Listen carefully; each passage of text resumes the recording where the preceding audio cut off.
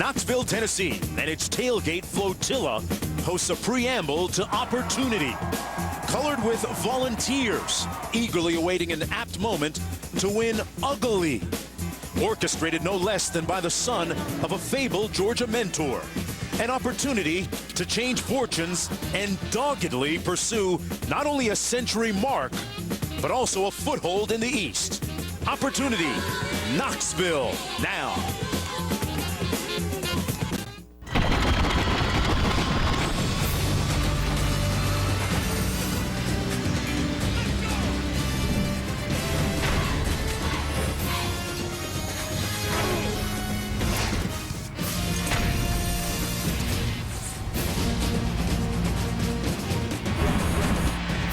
Welcome, everyone, to the SEC on ESPN. From Neyland Stadium in Knoxville, Tennessee, on the banks of the Tennessee River, it's ESPN College Football Primetime, presented by Miller Lite in the 41st edition of Georgia against Tennessee. Let's take a look at the standings in the SEC East, updated to the moment. Florida losing just a few moments ago, falling to 2-2. Georgia sitting at 2-1. Tennessee looking for its first conference victory. Hello, everybody. I'm Mark Jones along with Ed Cunningham. Thanks for coming aboard. Heather Cox is down on the sideline. She joins us in just a few moments. Ed, we saw the standings. A lot on the line for both these teams today. Tennessee comes in really slinging it around the field, one of the top scoring teams in the nation. Georgia's won 3 in a row, playing good football too. And for Tennessee, if they get a loss tonight, they'll be 0-2. They have LSU, Alabama, and South Carolina the next 3 games. I think they're probably out of the mix, so a big night for them. For Georgia, everyone wrote them off. They started out 0-2 in the season. All of a sudden, they're in a tie with South Carolina atop the East. Now, South Carolina controls the tiebreaker because they beat them a couple of weeks ago. But Georgia has the easiest schedule in the East going forward. So if they get a win tonight, I think they're sitting in a position to run the table and maybe represent the East in the SEC championship. Hey, nobody picked the panic button when Georgia lost those first 2 games, and one of the major changes is that guy in the backfield, Isaiah Crowell, number 1. Well, he was number 1 on everyone's board in the recruiting magazines last year, but you never know what you're going to get. Well, they know what they have now. All 3 SEC games, he's over 100 yards, and he's actually changed this offense for Georgia. They've now gone from kind of a spread against Boise State to where they are now more of a power running team. As for Tennessee, Tyler Bray completing 69% of his passes coming in. Started the last couple of ball games at the end of last year. They went on a 4-game win streak with him at quarterback. 7-2 this team is with him as their starter. They say the light went on. He's got a great command, and he has been superb on 3rd down this season. They're tied with Wisconsin for best 3rd down conversion in the country. The Volunteers ready to take the field here at Neyland Stadium.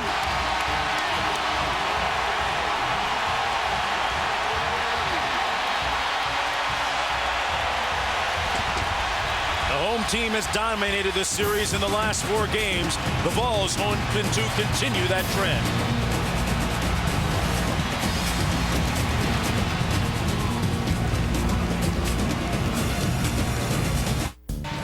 On the banks of the Tennessee River, man, you know, Neyland Stadium, one of the most unique venues in all of college football, where you can pull up dockside and moor and anchor and watch a football game. Heather Cox, Georgia a little bit short-handed today, aren't they?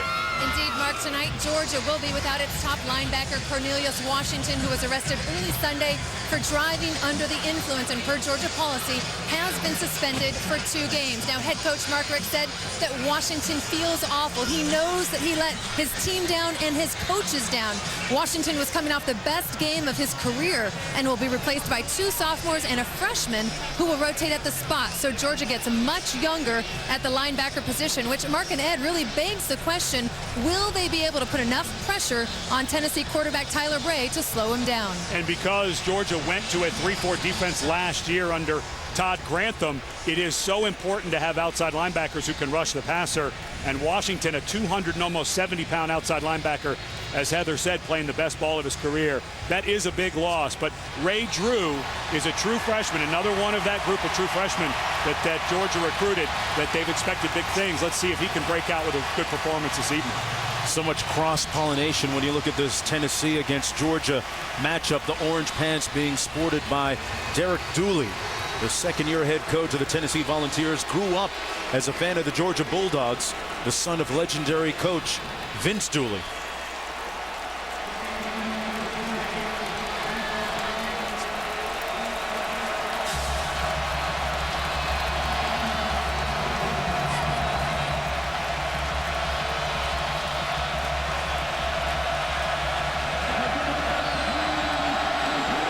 underway, and Brandon Boykin back for the kick. He's returned 3 in his career, but this one harmlessly into the end zone. It'll come out to the 20-yard line, and that's where Aaron Murray will take the reins of this offense for the Georgia Bulldogs. The only thing you need to know about him, he is a workaholic. Every time we call the Georgia coaches and speak with them, he's in the office breaking down tape. That's why he's been so successful this year, completing 62% of his passes with 13 touchdowns. Only kind of ding on him so far this year, throwing more interceptions than he did last season. And he had 3 last week against Mississippi State, one of which was returned for a touchdown. So the noise, the crowd, I think it's up to this offensive line to give him a little help. And, of course, Crowell in the backfield should be able to give some help as well. 1st and 10 out of the eye on the 20-yard line. King in motion. And a play fake on 1st down. Murray completes it to Tavares King, tiptoes out of bounds, and he has a 1st down on a pickup of 11-yard lines as we look at our impact players. Brought to you by Chick-fil-A. Malcolm Mitchell, a part of that great recruiting class brought in by Georgia. Kate was a cornerback, most people thought, but he's having a nice year leading the team. Orson Charles, huge game against Boise State, had a nice touchdown catch last week, a vertical threat. And Jacquez Smith, defensive end, a little undersized, but he is a very explosive player. Out of the shotgun and out of the backfield, incomplete, intended for Crowell. The Columbia, Georgia native mishandles it as we take a look at the rest of the Georgia offense. Mitchell, one of those impact players. King made the first catch of the day. Figgins, the fullback. And Orson Charles had a great touchdown catch last week. There's a look at the offensive line. Murray given time by that offensive line. And the pass incomplete, intended for King again. Take a look at the Tennessee defensive unit. Justin Wilcox, the defensive coordinator. Johnson and Majid, a couple of talented freshmen, the outside linebackers. On 3rd and long, Murray fires a strike depending on the spot. Looks like it's going to be just a little bit short. King makes the catch. Ed, is it too early to think about going for it here? The way the offense is staying on the field, it doesn't look like it, but I would punt this away. Now, if you're going to go for it, go fast and go straight ahead. Murray keeps it himself. Looks like he got enough for the 1st down, but Tennessee may have called timeout. Yeah, it looked like Derek Dooley. Yep. Tennessee. That was a smart timeout by Tennessee. They were not ready for Georgia. Georgia, first year in kind of a hurry up, no huddle look. They added that wrinkle during the offseason, and they caught Tennessee off guard. Good use of the timeout by Tennessee.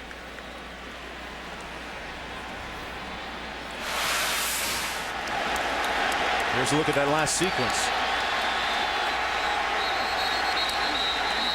The whistle came in right as they were snapping the ball, it appeared. Mark Richt coming out with an aggressive disposition here, going for it on 4th and 1. Do you think they still go for it here? I think they should kick it away. But again, if you're going to go for it, I would not be surprised if they try to draw Tennessee offsides with a hard count. But you run the ball to the inside. I still don't think. I just think in short yardage, you don't want to do anything east and west. Just go straight ahead. Quarterback sneak feels right. But again, to me, this feels like you should be punting this ball away. But aggressive call on the road. They're 33% on conversions on 4th down this year.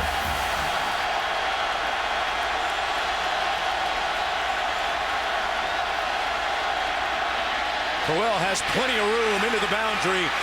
1st down and then some out at midfield. Got a nice block from Ogletree, and Georgia moves the chains with the 1st down. An early defining point for Mark Richt. Bad contained by Tennessee. They were expecting everything to the inside, and that's Kurt Majid, the true freshman you mentioned, starting at linebacker, lined up as a strong side outside linebacker. He did not keep contained. There was nobody in the secondary behind him. That was a bad alignment and assignment by a young player for Tennessee. 1st and 10 from midfield. Murray completes it to Brandon Smith, the defensive back, on offense on this sequence, on this play anyway. Brought down for no gain on the play. Brandon Smith, the starting defensive back for the Georgia Bulldogs, a very versatile performer. He and Brandon Boykin sometimes will play on the other side of the ball. And Justin Wilcox, the second-year defensive coordinator, came from Boise State. Right there in the middle of your screen. Talking about it's been a lot of mental breaks for this young defense so far this year. I think we saw that on the 4th down. Here's Brandon Smith taking a handoff, has some room. Got a good block from his wide receiver, Tavares King. And another Bulldog first down, pushed out of bounds by Teague, but a gain of 17 on the play. Nice job by a defensive player using a stiff arm to extend the play. And let me ask you the obvious here. You got Crowell, number 1, Smith, number 1. Any confusion potentially on the part of the defense? Perhaps. I think the biggest difference is knowing you've got a smaller guy who's going to probably be a little quicker. But you can see that Mike Bobo, the offensive coordinator, just wants to use that flat-out speed to get it to the outside. Murray, plenty of time. Pass complete down to the 27. That's the other number 1. Isaiah Crowell, a pickup of 5, brought down by Austin Johnson, the top tackler for the Volunteers. I guess you can look at the coif, the dreadlocks, as compared to no dreads, huh? And this is a part of the offense they want to get Crowell more involved is in the passing game. He has excellent hands. Got a couple of really nice one-handed catches on screens this year. But the more he gets to know this offense, the more he'll be involved in the pass game. This is Crowell, and he's hit in the backfield. That's going to be a loss of a yard or 2. Gordon makes the stop on the play for the Volunteers. Crowell stopped. A nice hit by Gordon.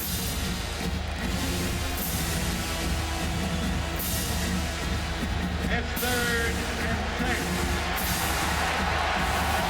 Probably thinking, if you're Tennessee defensively, thinking about maybe a draw to Crowell here.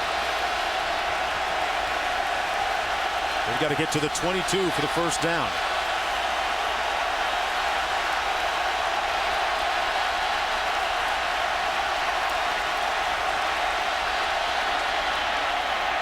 Murray makes a nice move and is very close to the first down, depending on this spot. The official has his foot right at the 22-yard line, and a good block by Dallas Lee for his quarterback, Aaron Murray. You can see where communication could ultimately be an issue for Georgia here. It was loud on that last play. You watch Ben Jones, the center, number 60, flashes up. That was a nice job. And Jones kind of whiffed a little bit. But what you teach offensive linemen when they whiff, start rolling over. And he's going one-on-one against Austin Johnson, the middle linebacker. And I think if Jones doesn't roll over, I would suspect Georgia will go for it here. They've had some struggles in their kicking game. Yeah, they certainly have. Blair Walsh just 6 of 12, 50% this year. Well, they went for it on 4th down last time, and appears as if they're going to do the same here. 4th and short. You saw how much, less than a yard. They went to the outside last time. I expect them to go straight ahead this time. This, I think, is the right call on the road. I didn't like it on their side of the field, like it here. Crowell has the first down near the 20-yard line. A pickup of 3, and Mark Richt. Boy, if he's on the hot seat, nobody told him. He's certainly with a cool disposition here coming in. When we talked to him earlier this week about that 0-2 start, he admitted that last year's team didn't quite have the chemistry he wanted. He made a lot of changes during the offseason in his strength and conditioning program, ran some guys off that he didn't think wanted to be around the program. And he said he loves this chemistry. Nobody after that 0-2 start panicked at all, and he feels like they've made some great improvement since then. 1st and 10. Crowell on the quick toss, fumbled it. Out of bounds. Not sure that it was recovered by Tennessee before it went out. It's going to stay Georgia ball, but a great stick by Prentice Wagner on the play. A pickup of 3 for the Bulldogs. And Crowell lets the ball as he comes off from the hit. Watch how far this ball gets away from his body right before the hit. You could see it when that ball's exposed, and that was a wonderful hit by Wagner. But that ball got away from the young player's body and still on the sideline, bent over. Now Brandon Smith in the ball game for Crowell. Nice move to get away from one tackler, but brought down at the 15. Picks up 2. Austin Johnson making the stop. Here's the other number 1, and the hit. Looked like he hurt his leg a little bit on this play. You know, when he jammed his right leg in the ground there, it looked like it wobbled a little bit. Look at the guy that's twice been named the SEC Freshman of the Week. 3rd and 5. Bulldogs have been clutch on conversions.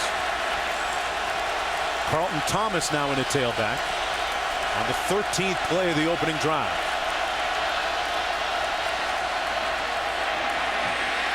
Murray sacked back at the 17-yard line. Corey Miller with the stop. And this time the field goal unit comes in. This front 4 for Tennessee coming into the season, a lot of people thought it might be a weakness, but they've actually played very well. Gotten good pressure on quarterbacks. Jacquez Smith has turned into a nice leader up front. But, that looked to me like it was a design draw, and the defensive line did a nice job coming off their blocks. Blair Walsh from 35 yards out, having a tough year, but he knocks this one through. Now 7 of 13 on the season. So on a drive when they come out and convert twice on 4th down, they kick a field goal. Georgia trying to buck the trend of getting blown out twice here in their last 2 games against the Volunteers. We'll be back with more right after this.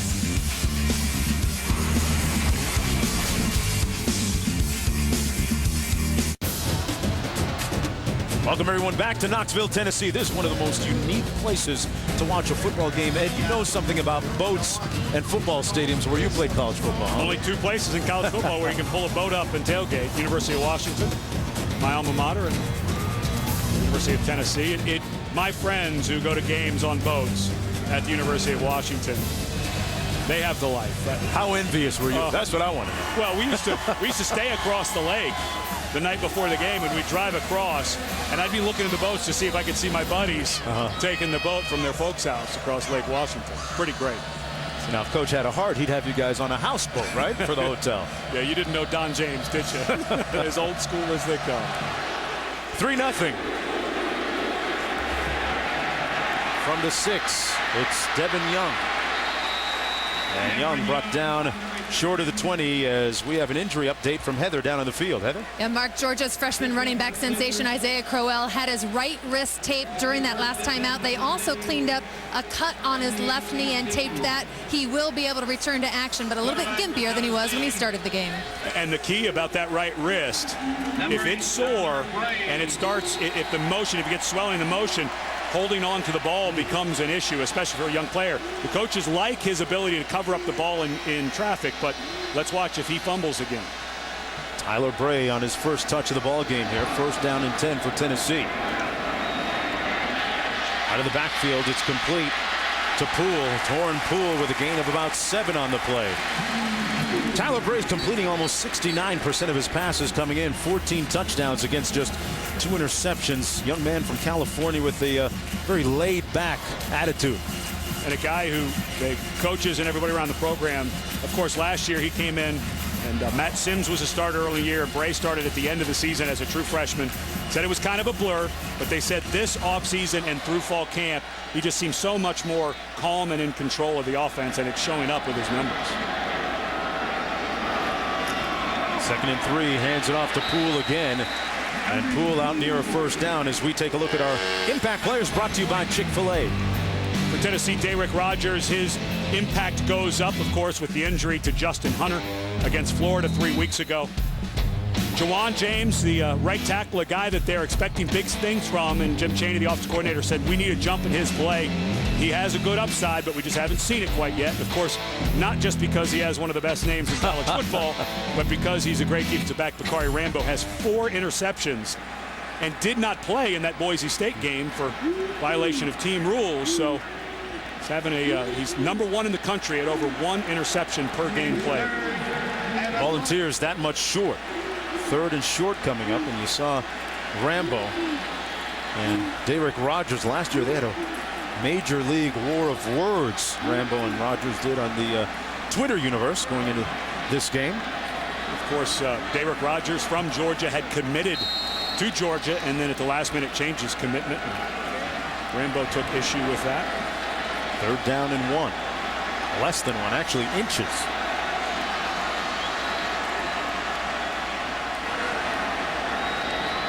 Bray keeps it and falls down forward over that left guard, Alex Bullard.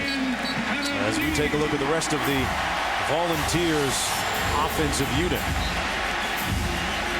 Zach Rogers became the starting split end. And Justin Hunter got hurt. And there's a look at the guys up front.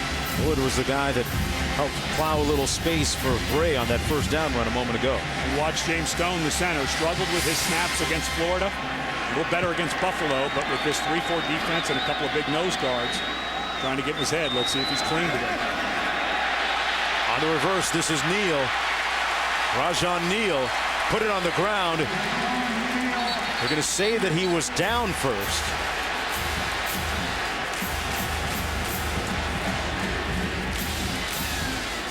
Herrera made the stop on the play, but a gain of 11 and a Tennessee first down. Let's take one more look at that play. As he was going to the ground, that ball looked like it was loose to me. Neal, a guy who switched from running back to wide receiver. Yeah, that ball's loose. That is a fumble. If Georgia, they should review this. If Georgia recovers this in the immediate aftermath of the play, yeah, they're going to have to review that. Good job by the replay officials getting this stopped right before. The key words being the immediate aftermath, correct? With Correct. the whistle? Yeah, if they blow the whistle and the player's down, this was a rule that they changed last year. The rule used to be hard and fast. If the whistle blew, it was a dead ball and you couldn't review this. Now, in the immediate aftermath of the play, if they say that Georgia recovered this, which it looked like to me Herrera did, this is Georgia's ball. That was clearly a fumble. Yeah.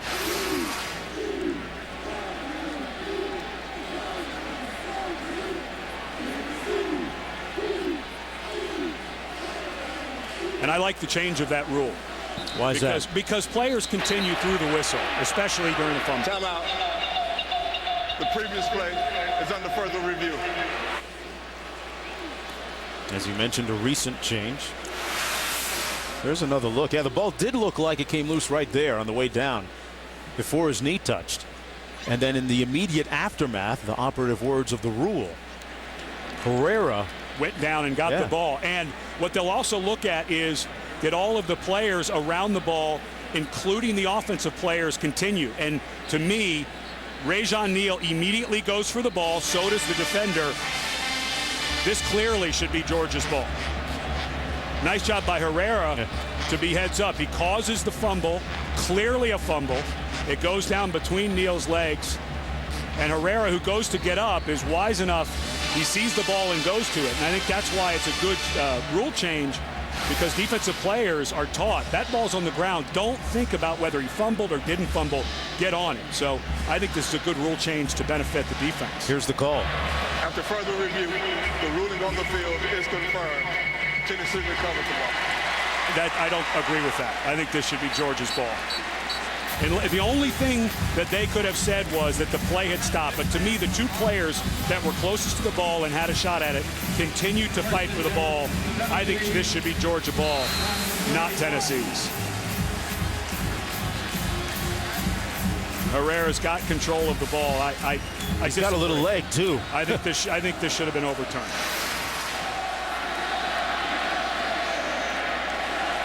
Tennessee on its opening possession of the game. Bray hands it off to Poole. Bouncing it outside and brought down right near the line of scrimmage. Let's take a look at that Bulldog defense. Their 3-4 alignment. Little change up front in the linebacking core. Tyson Geathers and Jones, the front three. And then Vassar, Robinson, Gilliard, and Jones going to have to pick up the slack with Washington's absence tonight. Boykin and Cummings on the corners. Williams and Rambo the safeties.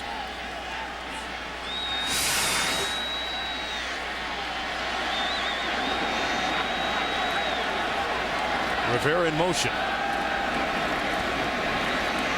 Bray with time, and his pass dropped at the 47-yard line, in and out of the arms of Brendan Downs, his intended receiver. Check that. That was Zach Rogers. 3rd and 10 coming up. And that was a fastball by Bray. He's got plenty of arm. And that got to the breastplate of Zach Rogers. Wasn't able to corral it. And now, remember, Justin Hunter no longer of service because of the injury, so they don't quite have the speed on the outside. It's tough down and distance. Tennessee #1 in the nation in third down conversions. Georgia #2 in the nation defensively on third downs. Georgia with some pressure, and Tennessee converts and then some.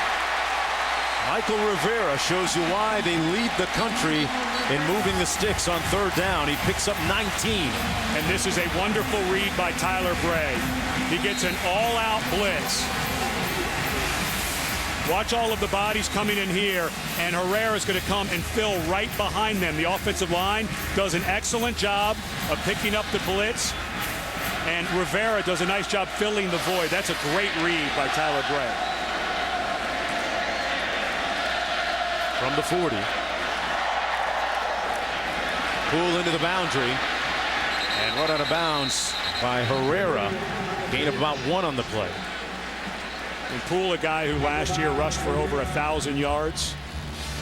Hasn't quite had the year they were hoping he would have. But remember, this offensive line, it's almost unbelievable how young this Tennessee team is. Last year, they played 17 true freshmen.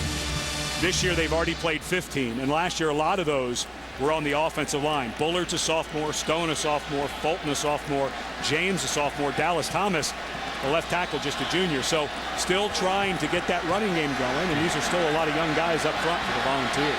I'm telling you during the course of the night just how head coach Derek Dooley handles that youthful team of his. Bray out of the shotgun. Pass broken up at the 34-yard line. Boy, Herrera seems to be in the middle of everything so far. Well, Matt Stafford, former quarterback at Georgia. Smart guy. He knows who to throw it to. The Lions. Excuse me. Third and long. Draw play to Lane. Oh, what a great move. A shake and shimmy, and he's close to the first down. He got that right foot spot. Lane, a guy who they're trying to get the ball a little bit more to. And a nice move on Cummings.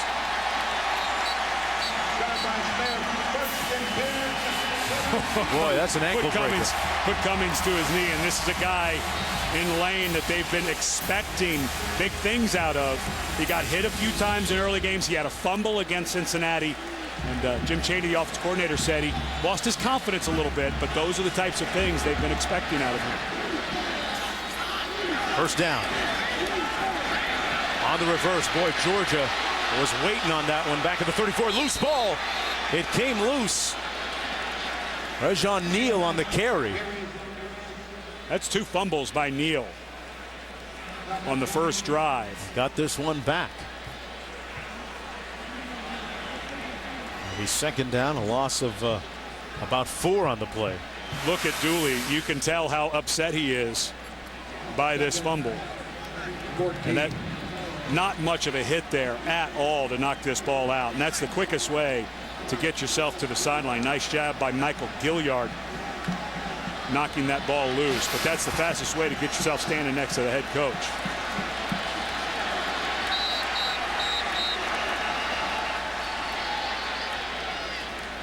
And Tennessee is going to call a timeout with 3:01 to go in the first quarter. Each team moving the ball well on their opening drives respectively of the ball game.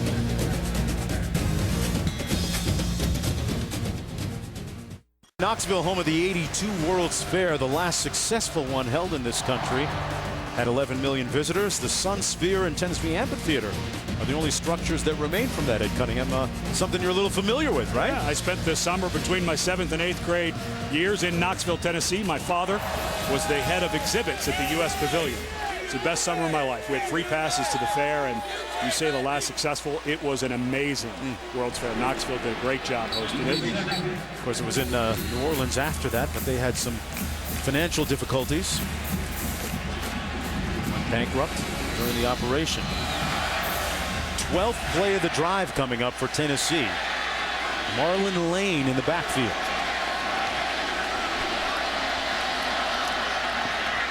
Bray given plenty of time. Oh, broken up nicely at the 32-yard line. No flag on the play. Michael Gilliard who's tied for the team lead with 28 stops.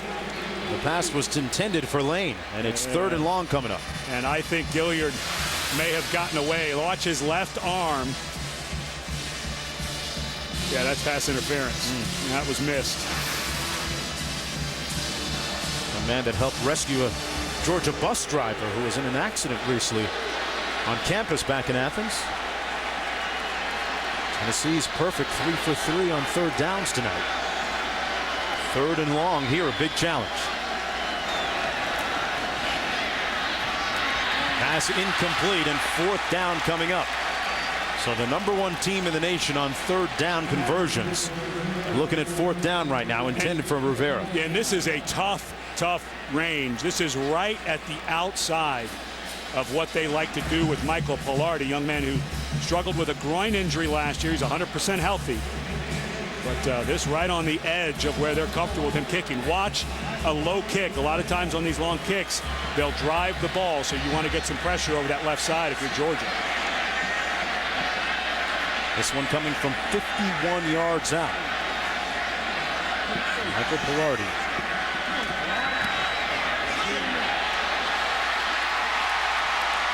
And he pushes it off to the right. No good.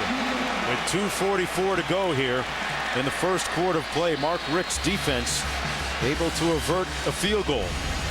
This is the type of game where every nuance counts. Even signaling in plays and some of the subterfuge and cloak and daggerism that goes along with it.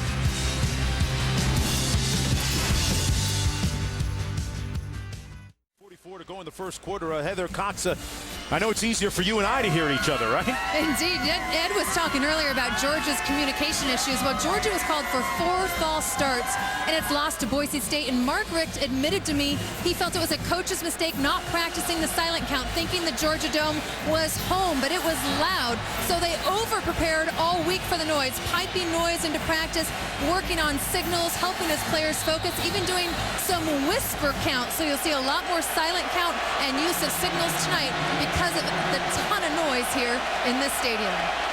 And it's coming now, Heather, on 1st down for the Bulldogs. Murray's going to tuck it under and tiptoes out of bounds at the 36, a gain of 2 as we go back to Ryan Burr in the studio. Yeah, we got your Taco Bell studio update. Alabama taking on Vandy. The game over on ESPNU. A.J. McCarron to Brad Smelly, 6-yard touchdown. Bama up 7-zip. Once again, that's over on the U, guys. I think we can look at Alabama next week in Oxford, Mississippi, as they take on the Rebels.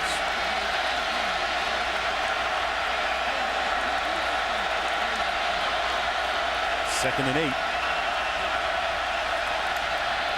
Crowell back in the ball game, takes the sweep, and they string it out nicely back at the 32. Eric Gordon makes the stop on the play. Ed, it's noisy. Your thoughts on what Heather told us a moment ago? Well, that whisper count is what they do in practice. They actually have Murray, instead of, they have noise pumped in with speakers and everything else, but the other thing they have him do is actually whisper so that you can't hear it, or you really have to focus to hear it. It's a new technique they use, and I think the thing that Georgia learned was Boise State travels pretty well.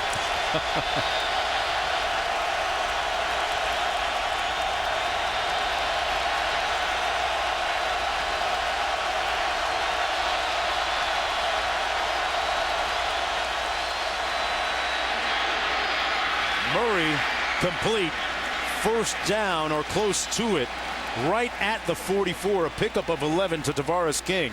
And Crowell shaken up again on the sidelines. And it looks like it's that right arm.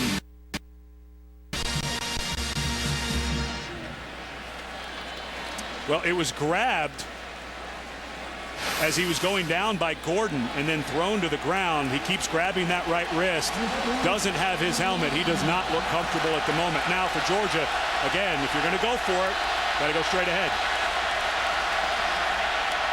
Murray hand walks and gets enough for the 1st down. Let's go back to the studio and Ryan.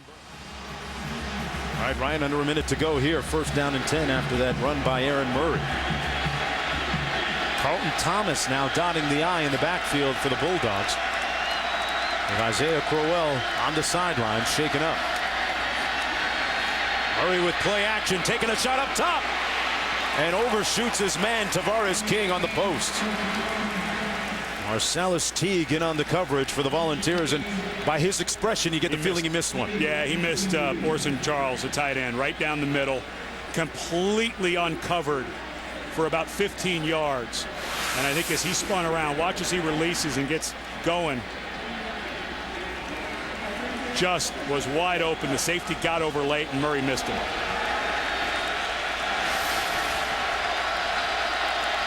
On 2nd and 10. A couple of Bulldogs bumping into each other literally in the backfield.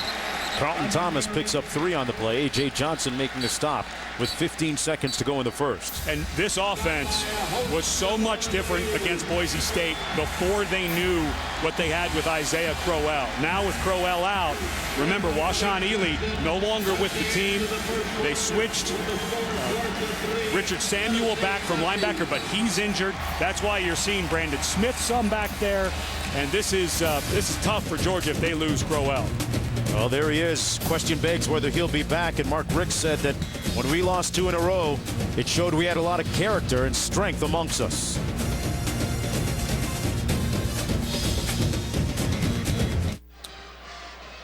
Freshman Isaiah Crowell on the sidelines, shaken up on this play a few moments ago for the 2nd time in the game, Ed. What's your take? You figure he got hit right on his right wrist there when he fumbled. And watch at the end of this play as Eric Gordon pulls him down. He grabs that right hand and starts pulling it. And you could see right away he kind of had that dead arm, not comfortable. It's a right wrist injury. Heather Cox said he's not really getting medical attention, but he keeps working it. But from his look, his body language, I think he's at least done for this first half. And it really changes things for Georgia offensively to lose him. Carlton Thomas is understudy in the backfield beside Aaron Murray. 3rd and 7.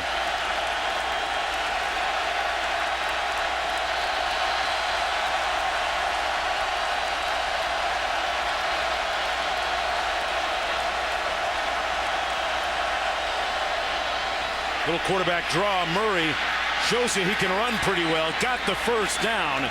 Brought down by Malik Jackson, but Aaron Murray showing a lot of savvy, belying his sophomore years, picks up 8 for the first down. Very good runner. He hadn't been running as much the last several weeks, and of course that was because of the growth of Crowell in the backfield. Now with him gone, Mike Bobo, the offensive coordinator, maybe start relying on the feet of Murray a little bit because the guy can scoot.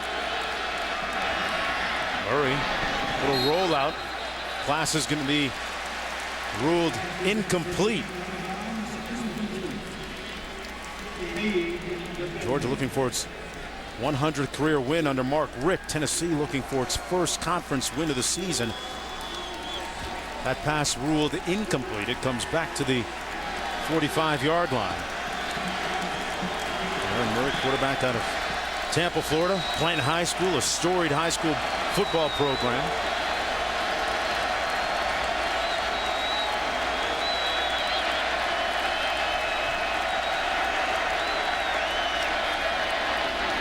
Play fake, taking another shot, and the same result. He overshoots King for the 2nd time at Cunningham. Got to underthrow that ball. King had the inside position on the defensive back.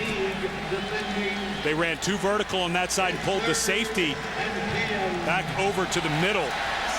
Prentice Wagner, and if anything, you want to underthrow that. But I just get the sense that Mike Bobo, as the offensive coordinator, right now, to me, the advantage is to Justin Wilcox. With the loss of Crowell, you start to kind of get a bead on what Georgia may have to do. I just don't think that they're going to have the same power running game because Crowell was clearly the best running back that Georgia had through the first part of the season. 2 on the play clock. They barely get it off. Murray, incomplete. That pass intended for Marlon Brown. Tennessee native. Incomplete. Prentice Wagner in on the coverage, and it's 4th down coming up for the Bulldogs and Mark Richt. And Heather Cox reporting from down on the field that Crowell will come back into the game. And I wonder if they just want to wait until halftime to check out his injury before they do that. To me, I'm not sure why they wouldn't get him in if if he wasn't in on that series, why wouldn't you take him in to have it x-rayed to see that he is okay and it's just a jammed wrist? Butler, the all-time SEC career leader in punting average, gets this one down to the 9-yard line where the fair catch is called. And that's where they're going to start off from when we come back under the lights at Neyland Stadium, over 100,000 strong.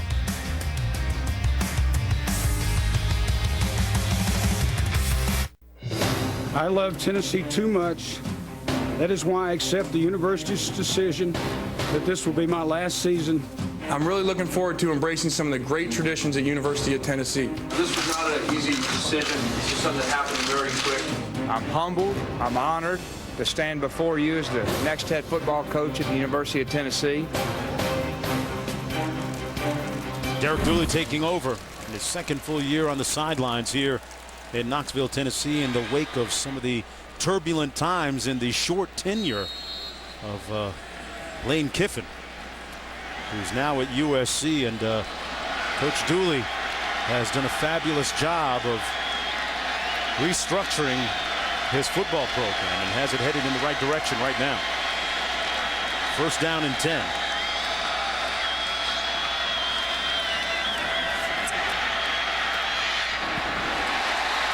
And the pass complete for a 15-yard gain. Michael Rivera with the catch on the play.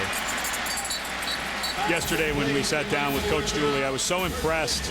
Obviously, he has a master plan for how to get the football program, the football side of it, back on the field. Obviously recruiting well. They know they're playing a lot of young guys, but just the overall structure of the program and some of the things that they do off the field for these young men, the life skills that they teach them, it's a lot more than just the sport that they play. And I think that they made the perfect hire for what they needed at the time of what was going on here.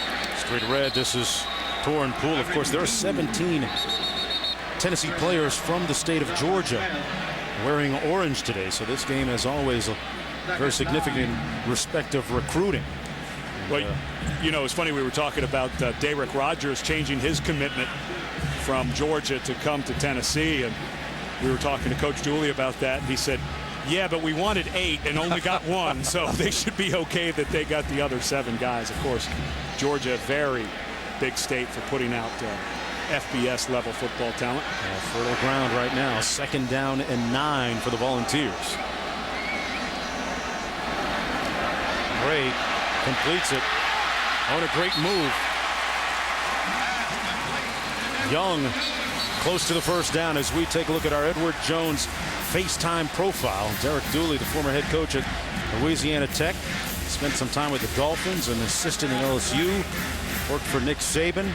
And that bottom line is the one you were referring to a few moments ago, the Vols for Life program, a great life skills program where each of the coaches every week takes in the young men on this team and speaks about a particular real-life topic. And this week, you know, it's funny, we think old school, be on time, be early.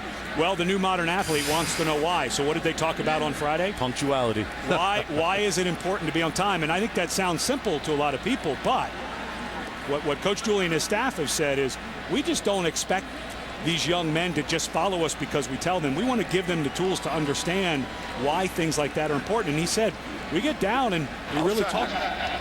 29 on the defense. 5-yard penalty from the previous spot. We play second down. And we talk about all of the things going on around in life. And he said, the good and the bad news is we have a lot of tools. All we have to do is pull up ESPN.com or the blotter and show all of the mistakes that some athletes make along the line. And we can show them very clearly with drugs and alcohol and all of the things that these young men have to deal with on campus and everything. And he's doing a fine job of educating these guys beyond just the field. Of course, the athletic department switching not only their football coach last year, bringing in Derek Dooley, but a new men's basketball coach on hand as well this year on the sidelines. On second and short, the pass complete to Rivera, and another Volunteer first down. And Heather Cox standing by with the men's basketball coach. Mark, thanks so much. Joined by Cuonzo Martin. And Cuonzo, they were talking about all the changes in Tennessee athletics. Bruce Pearl was fired under a lot of public scrutiny in March. You come in. How are you instigating change in the culture of Tennessee basketball? Well, the thing about us is really working hard every day, setting the tone with our guys, making sure they understand the importance of being a student athlete. You and Derek Dooley are in very similar situations. How have you been able to help and support each other during this transition? When I first took the job, I was in his office every other day just communicating with him about the ins and outs of the program and the university. He's been very supportive. We wish you tons of luck. We know you start practice October 14th. Good luck. Thank you.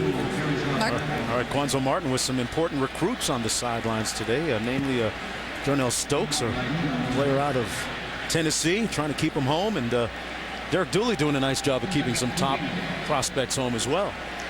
Well, I think Derek Dooley's background is really fascinating. Went to be a lawyer for 2 years in Atlanta right when he got out of college. And then, of course, you would think a coach's son with such a successful dad as a coach, he'd jump right into it. But nope, he was a lawyer for 2 years and he decided to come back to the game. 2nd and 10, pass underneath to Rivera. Again, and another Tennessee first down.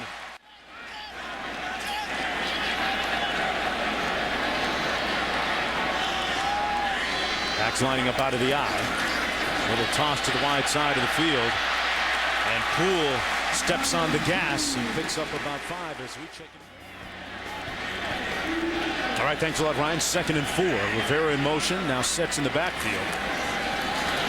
Poole looking for a block and won't get one. He'll lose about 3 yards. Jarvis Jones making the stop on the play. He's the team leader in stops coming into tonight's game. Well, here's what's happening at the top of the hour. Tyler Bray, 5 of 9 so far for 73 yards. Got that Pandora music vibe in his head right now. And Mark Richt, the head coach of Georgia, looking for his 100th win on the sidelines in Georgia. Tennessee tied for first in the country on 3rd down conversions with Wisconsin. This, a 3rd and long, I think allows Georgia to play coverage. So you may have to look for something underneath, perhaps on a drag route again. Rivera's been one of his favorite targets tonight. And Georgia calls a timeout. 3rd and 8 when we come back.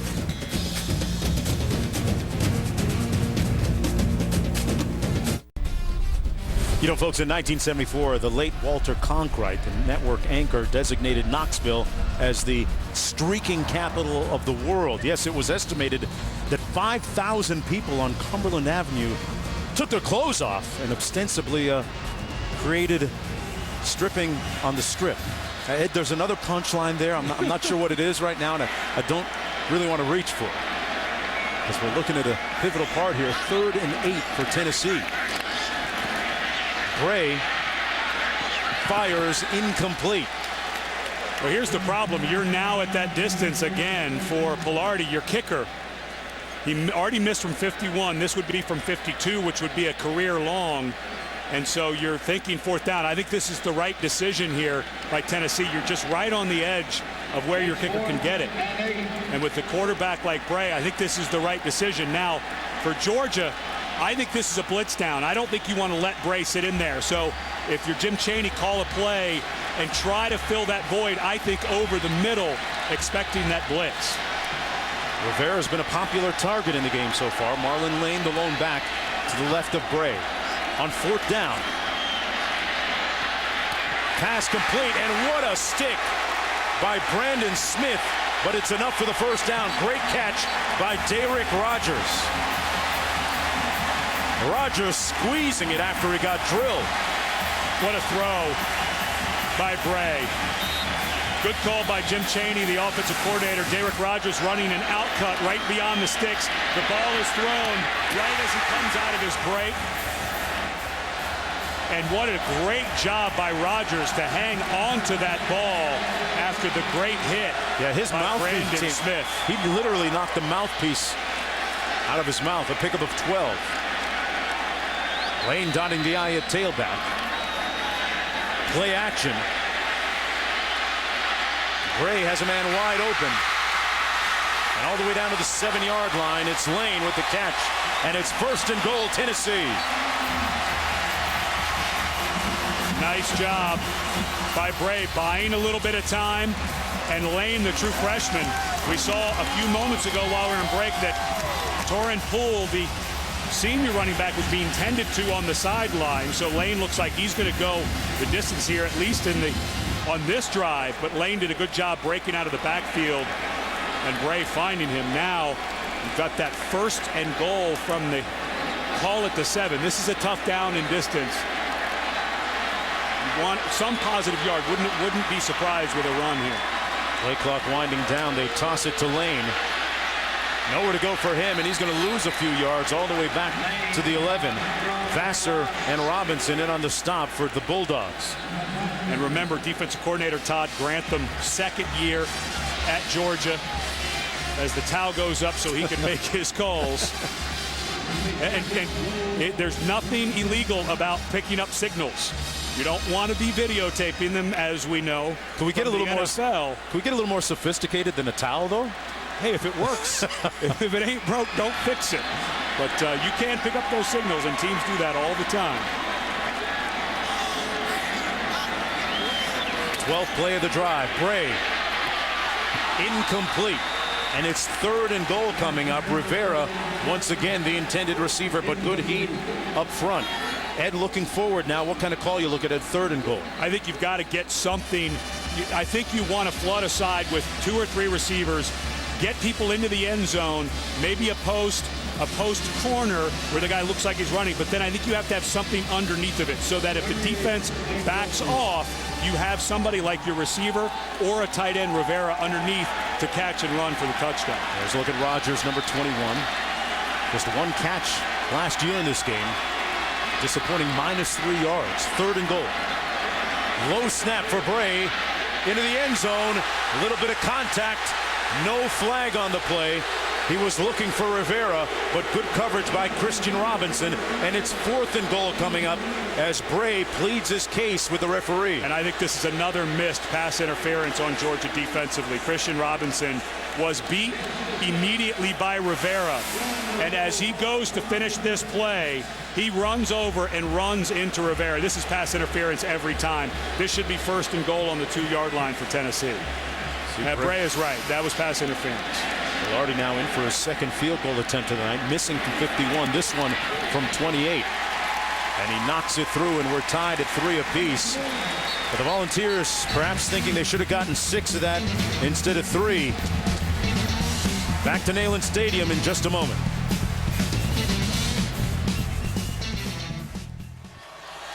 Each drive tonight by the respective teams at Cunningham has been 10 plays or more. Speaks to the offensive efficiency so far, right? And give the defenses credit. They get down into the red zone, make a couple of plays. Boykin with 3 kickoff returns for touchdown in his career, all over 100 yards. This time Collard short of the 20-yard line. Brought down at about the 17, where it'll be 1st down and 10 on the play for Aaron Murray. Tennessee lucky they did not get called for a face mask there. Aaron Murray, former quarterback out of Tampa, Florida. National recruit. Here's one more look at that collar. That was close. Yeah, that's Daryl Vereen coming in with that left arm up.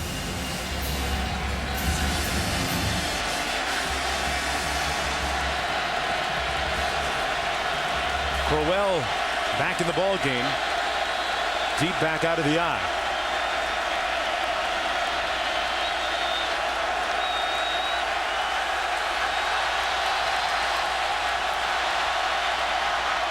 And Crowell gets the call.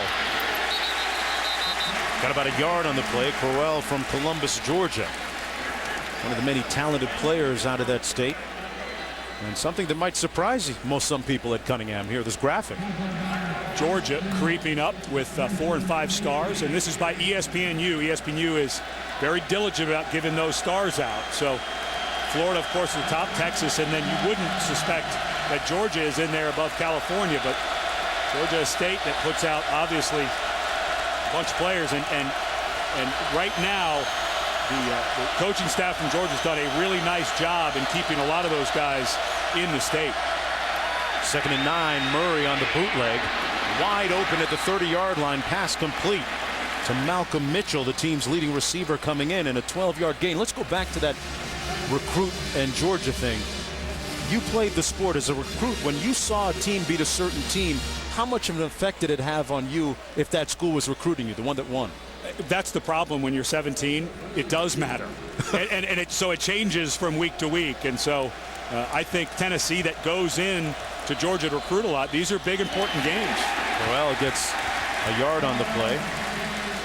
Yeah, they talk about it having an immediate impact, maybe of a week or two, and then after that, a 17 or 18-year-old is going to go where he wants to go. Yeah, and I think that Mark Richt, of course, he's made a lot of changes, brought in Todd Grantham as his defensive coordinator last year. The defense is starting to take hold, but the last recruiting class, we already saw Malcolm Mitchell, who was a #1 recruit at his position, although he was a #1 rated cornerback, now playing receiver, and of course Isaiah Crowell, the #1 running back, both in the state of Georgia. So they're building a fence around that state and keeping a lot of the good talent right at home.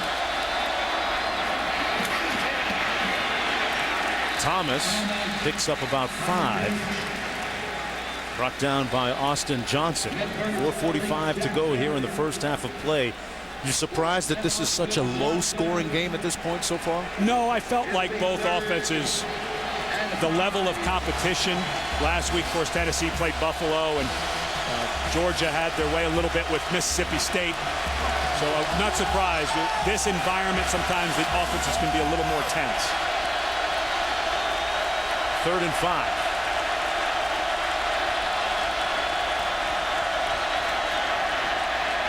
Murray tried to squeeze it in. Incomplete. It was intended for Malcolm Brown. And now a late flag thrown. Wow. At the 38-yard line, Darrell Vereen in on the coverage. Malcolm Brown, the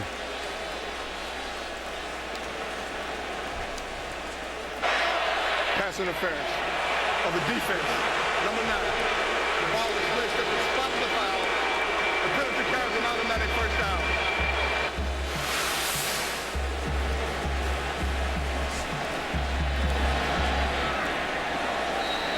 No, I didn't see pass interference there.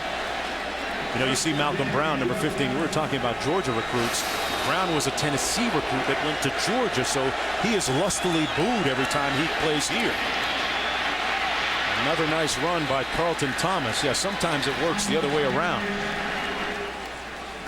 A gain of 7 on the play as the players getting each other's grills on the sidelines. Thomas subbing in for Isaiah Crowell. And now we get our first look at Richard Samuel, and this tells me that Crowell is not healthy. I don't think that they would be rotating, making this rotation at running back if Crowell was 100%. And I think that right wrist is really bothering him. 2nd and 3 coming up.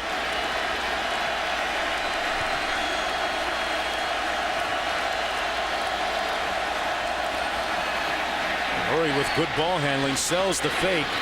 And a first down pickup on the catch by Aaron White. A lot of savvy by that quarterback. I was going to say that was a really nice fake. You really sell that. You think that it's going to go the other way. And Aaron White did a good job. The defensive end tried to grab him at the line of scrimmage to not let him release. And White fought through that to get out into his route. But it was that fake, I think, that set up the defense going to their right, not able to come back. Samuel still in at tailback. 1st down and 10. Play fake again. Going up top. Can he connect on the 3rd one? Has a man. Complete and caught. 1st and goal. Mitchell with the grab. He finally hits pay dirt going long on the 43-yard gain. Malcolm Mitchell makes a great move at the line of scrimmage, and Lanier is just a step behind. Look at the distance that Malcolm Mitchell was gaining on Lanier. This summer, when Mitchell came in to start doing workouts after the first day. Run it down to the 5-yard line. But on the very first day that Murray started throwing the ball to Malcolm Mitchell, he called Mike Bobo and said, "Who is this guy?" Of course, A.J. Green left to go to the NFL a year early, so they were looking for some type of playmaker, and it looks like they may have found one in Mitchell. He went right by. That's a big void to fill when you talk about A.J. Green, a 1st-round pick. Mitchell, a former high school All-American, just a freshman. Second and goal.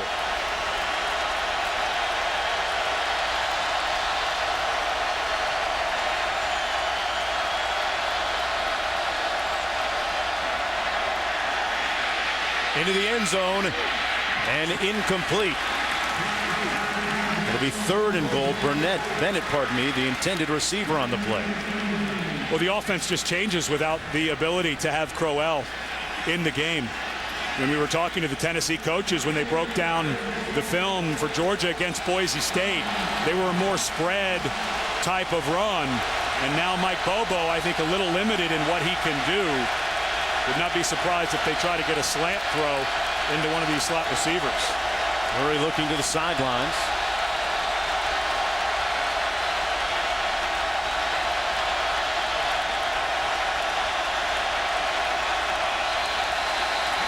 And Murray calls timeout. With time winding down on the play clock.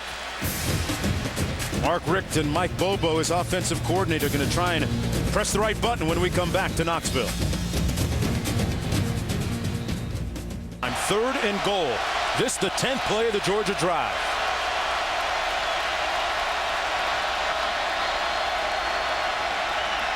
Murray on the slant, incomplete. In and out of the hands of Tavares King. And there looked like there was a miscommunication there between King and Murray. There was thinking being what? The confusion. Tennessee was confused defensively. They didn't know what their coverage was over to the three receiver side. But as King went to run his drag route, I think Murray expected him to be deeper in the end zone. He was 3 or 4 yards on the into the playing field, not into the goal line. A little surprised he wasn't running that a little deeper.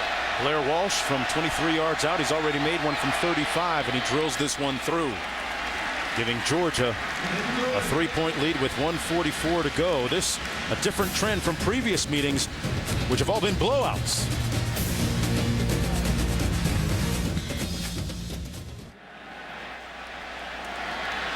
Showing a lot of poise tonight in the pocket. I'm Mark Jones along with Ed Cunningham, Heather Cox down in the field. The 41st edition of Tennessee and Georgia with things wide open in the SEC East. A much different story than in the SEC West, isn't it, Ed? Kind of a two-horse race over there, I would say. Young on the return.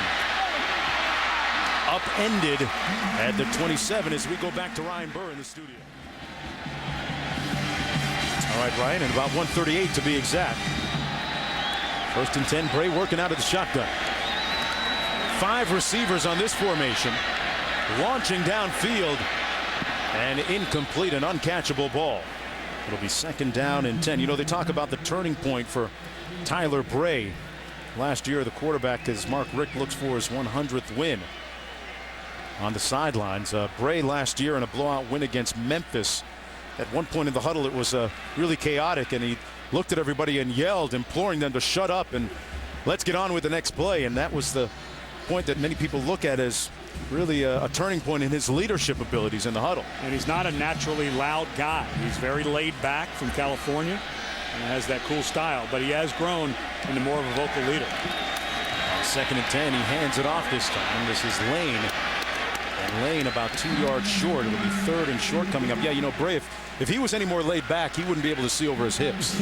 I mean, we had to lean in to listen to him yesterday in our meetings. And now, third and short, he needs to, laid back attitude needs to speed up a little bit. A little surprised they ran a draw there. On 3rd and 3, the pass complete to Zach Rogers. First down with a minute to go. And a couple of timeouts, actually one timeout remaining, a 19-yard gain. And now you want to go fast. As soon as those chains are set, the clock's going to go. You want to snap it right away because you want to be able to save that timeout in case you need it to run your field goal unit out. Of course, you're thinking for 6, but it's part of the plan. On 1st and 10, Bray fires incomplete. And, of course, Tennessee, you go back last year, they had 2 games that went right down to the wire that ended not going in their favor when you look at the LSU loss and the loss in the bowl game against North Carolina. Of course, there was a rule change during the offseason, and a lot of people think it was because of that bowl game against North Carolina. We're now inside a minute, a penalty that stops the clock immediately, a running clock. The offended team can choose to take 10 seconds off of the clock. A lot of people think that that may have been in reaction to what happened to Tennessee against North Carolina. 2nd and 10.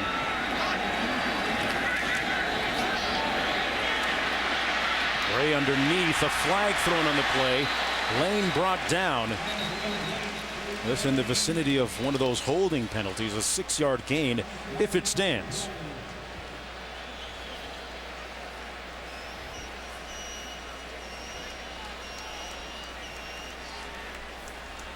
And I think you stay aggressive if you're Tennessee. Personal foul on the offense. Hands to the face, number 70.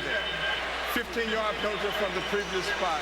That's Juwan James, the offensive lineman, who was one of our impact players. Well, he's the right tackle lined up right there. Let's see what happens if he does have. Yeah. You know, you can get those hands up there, but when you go to throw someone down, they're going to call it. So 15 yards. This to me feels like a screen, something like that. I think you want to get 15, 20 yards because you know Georgia's going to be playing way off here. There's the screen pass.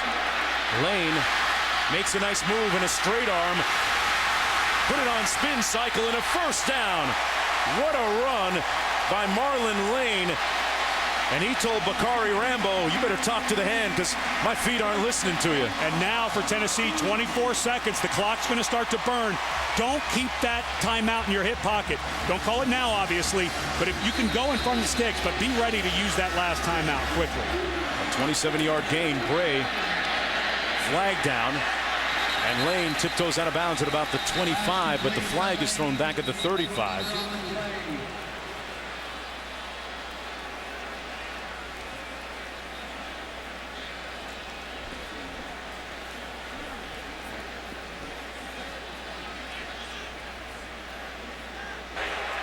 Illegal formation on the offense. Now that one hurts. 5 in the backfield.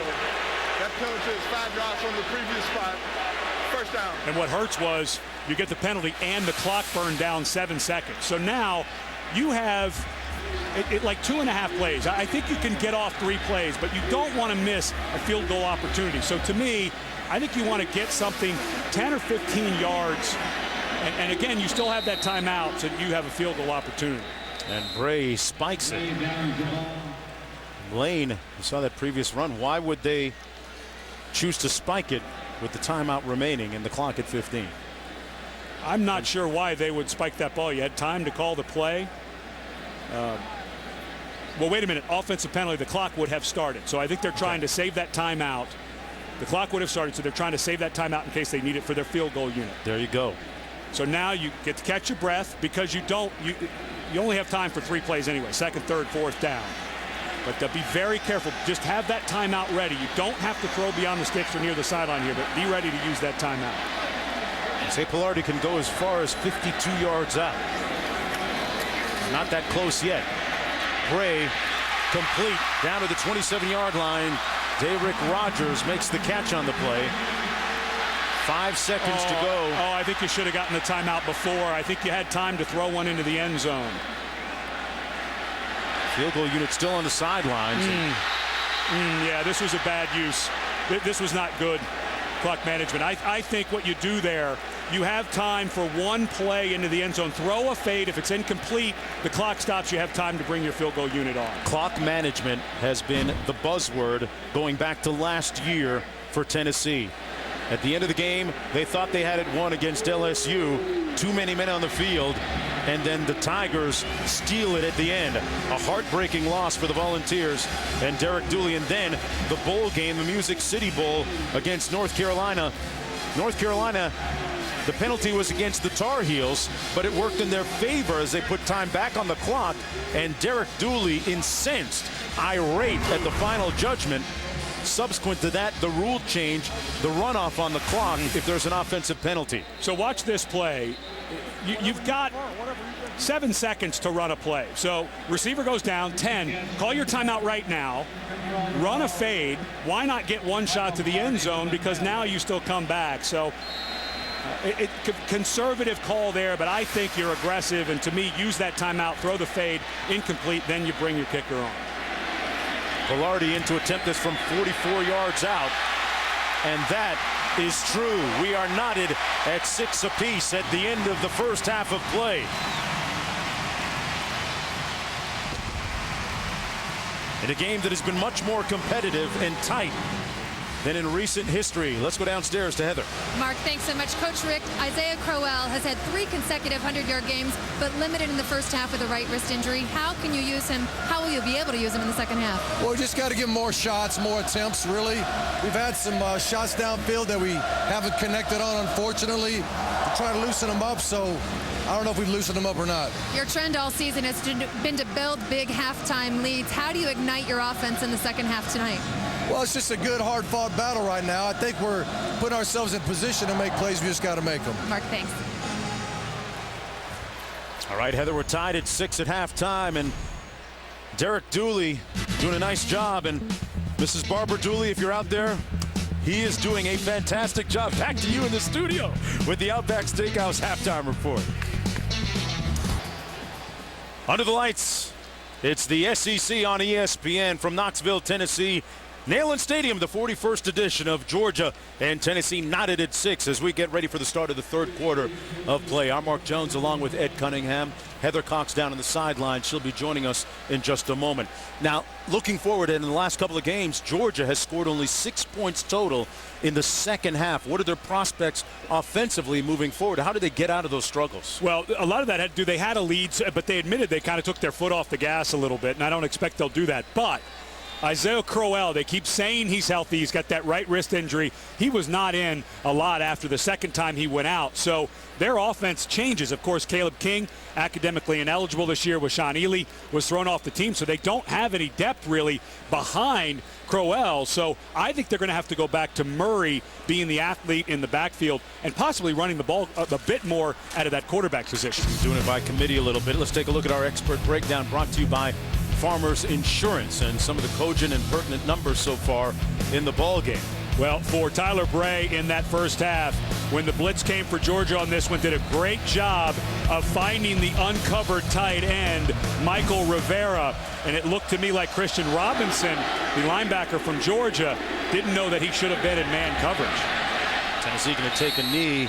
That's Young, and it'll come out to the 20-yard line. Let's check in with Heather downstairs. Mark, you heard me ask Mark Richt about Isaiah Crowell at halftime. He didn't care to answer the question. I talked to their head athletic trainer, Ron Corson, who did say that Crowell has a sprained right wrist, but he doesn't have any limitations in the second half. They did no medical treatment to him in the locker room. Now, I also was able to talk to Derek Dooley, and he likes his game plan. He said, we just need to eliminate penalties and hold on to the ball. And Ed, I asked him if he was content with his clock and game management on that last possession. He said absolutely. You know, Barbara Dooley's listening. He got the 3 points. Yeah, it was the conservative way to go. I just always think if you can take a shot, you might as well. Marlon Lane takes the toss. Makes a couple of jukes and is brought down behind the line of scrimmage. A loss of 2 yards on the play. A look at the first half trends. Turnovers, touchdowns, 3 and outs, sacks, interceptions, goose eggs. Well, the one that jumps out is the 3 and outs. With 0 3 and outs, you wouldn't expect the score to be 6-6. A good point.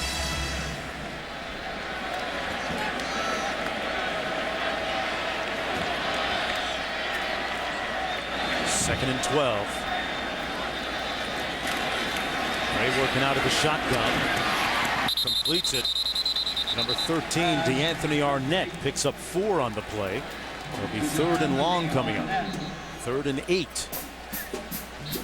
There was a lot of talk in the media this week about Derek Dooley's mom, Barbara Dooley, and her calling in to a local radio station defending her son when the local radio host said that he was on the hot seat. And she was very passionate about it, her defense of her son.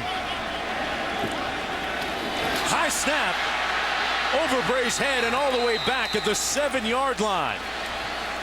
And the Volunteers will have to punt from the shadows of their own goalposts. And this is a problem that goes back to the Florida game. James Stone, the center, had at least 7 bad snaps in that ball game.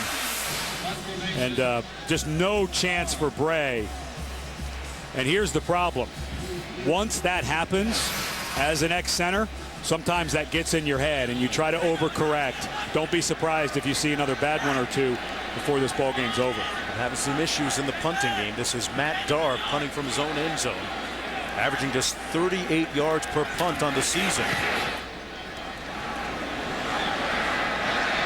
Punt bounces short at the 39. And the Georgia Bulldogs are going to have great starting field position on this, their first drive of the second half. Here's what Derek Dooley's mom, Barbara, had to say in defending her son earlier this week. Let me say this. Derek Dooley walked into a kind of a mess. A hell of a mess. Now, wait a minute. Florida. He walks into talent just oozing out of their ears. Jimbo Fisher walks into FSU with talent. And y'all are now telling me that Derek Dooley's on a damn hot seat? Are you crazy? Pretty pointed defense of her son. Yeah, he's not on the hot seat. not with what he walked into. As a matter of fact, that seat was burned and thrown on the ground by the previous coaching staff. There's Crowell with a spirited run for the first down. Isaiah Crowell already with 3 100-yard gains in his young career. Gets a first down for the Bulldogs. A 12-yard pickup, but back to the defense of Derek Dooley. Barbara has her own radio show, or used to have her own radio show, so she hears and feels everything that's out there on the airwaves and in cyberspace. And Derek says, you know what? I don't try and censor her at all. That's Mom. 1st and 10. Gain of about 3 on the play by Crowell, the #1 ranked recruit on ESPN.com last year. And, you know, end game, it's pretty nice when Mom's defending like that. Yeah. But it's not nice when your football team is snapping the ball over your quarterback's head and then your punter comes up with a 31-yard punt. But that's what you're dealing with at Tennessee because of the youth. James Stone, a sophomore, and your punter, Matt Darr, a freshman. So those are the things you're going to have to deal with here at Tennessee for a couple of years. 2nd down and 7 for Georgia, lining up out of the eye. Murray with the play fake. Orson Charles, the favorite target most of the time of Aaron Murray, and former high school teammate, makes his first catch of the night. And you know what, Ed, his name conspicuous by its absence for most of the evening. Yeah, he's a guy who, as a tight end, had over 100 yards receiving in the first ball game against Boise State. And that time a very easy, quick release, drag across the field. He's a guy who has good hands, runs good routes, is fast enough to be a vertical threat. Do not be surprised if they go right back to him on this 1st and 10. He's led the team twice in receptions already this season. 1st and 10 from the 13. And toss it to Crowell. And Crowell pushed out of bounds at about the 10-yard line. Got about 3 on the play. And I think where you start to get concerned if you're Georgia with Crowell, with that right wrist heavily taped and sprained, if he has to run, they've run the ball to the left, and I'm not so sure that's not by design, because he can tuck it into his left arm. And I think the concern would be for Mark Richt and Mike Bobo, the offensive coordinator, if he has to carry it in that right arm. We already saw him fumble earlier in the game. If he takes a hit, that ball may come loose.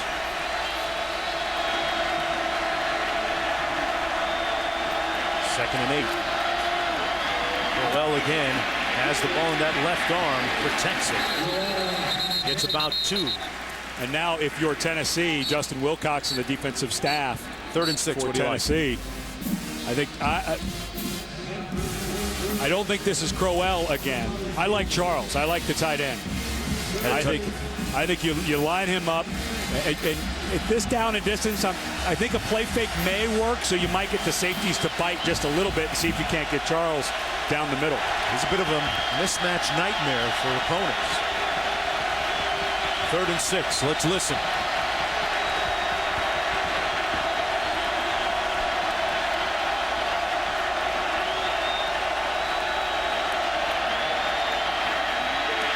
Murray, incomplete, intended for the aforementioned Charles, and a flag thrown. That's going to be pass interference on Darrell Vereen.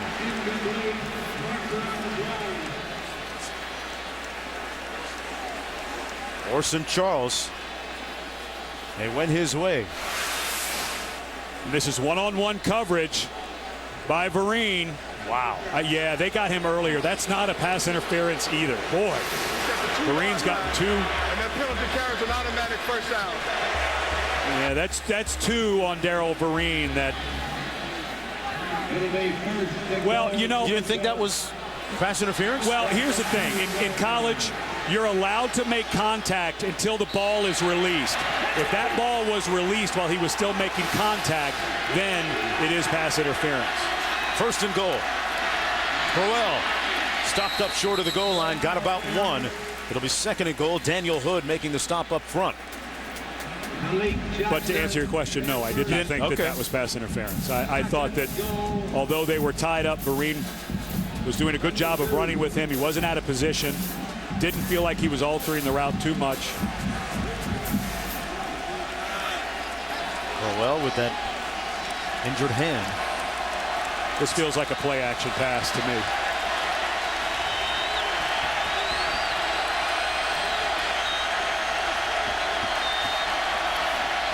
Crowell stopped up short of the goal line again at the 1-yard line. Austin Johnson, the leading tackler coming into the game right there, number 40, making the tackle, and it's third and goal. And what a sure tackle right at the 1-yard line. It looked like Crowell had a head of steam at 215 pounds. Johnson did a great job. And now, I don't think if you're Georgia, you want to run this ball. I think you've got the crowd thinking for Tennessee, getting them all geeked up. They're going to be thinking run. I like the play action here.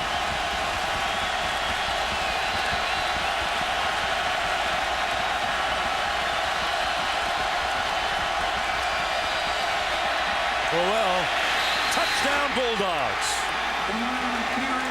The first touchdown of the ball game to Georgia. And for Isaiah Crowell, his third one of the season.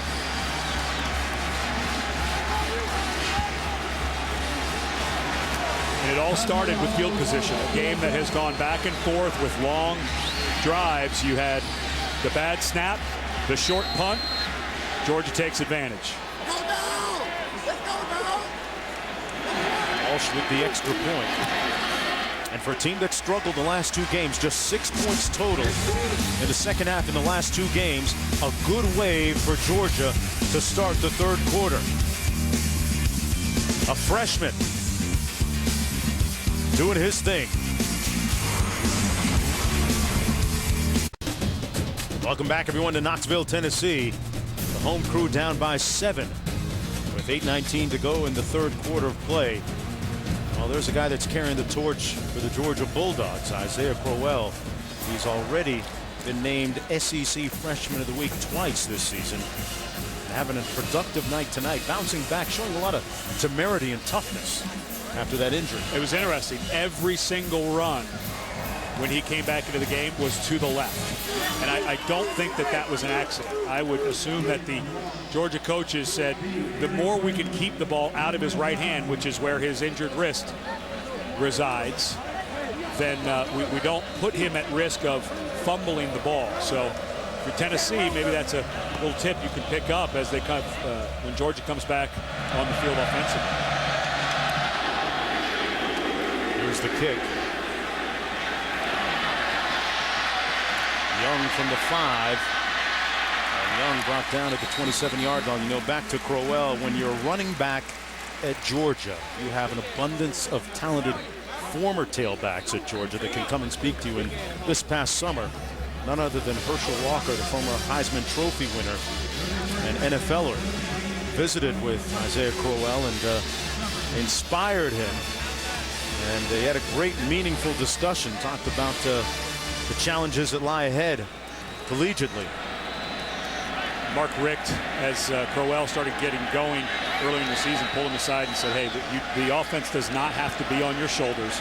Don't feel that pressure. We've got a good quarterback, good tight end. We're developing some receivers. Obviously losing A.J. Green hurt. First and 10, Tyler Bray incomplete at the 40-yard line. And getting back to Herschel, here's what he had to say. He said, you're going to think I'm crazy, but I was too stupid to know that I had any pressure.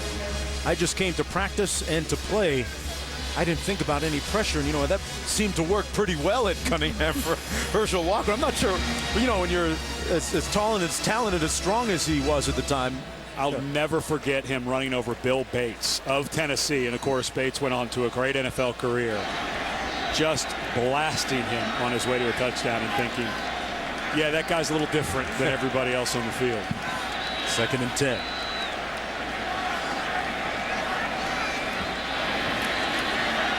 Ray in the pocket completes it to Rodgers. Derek Rodgers out to the 40-yard line. Picks up a Tennessee first down with a 13-yard pickup. Rodgers, a former Georgia commit. We talked about that earlier. The 2nd leading receiver in the SEC coming in last week against Buffalo. Actually had 180 yards receiving. This is a far cry from last year's game against Georgia when he had just -3 yards. And during the bye week before Buffalo, Tennessee had to reinvent their passing game because of the loss of Justin Hunter, and they're working a lot more underneath that there and underneath drag route. So a rework of the pass game when you lose such a good player like Hunter.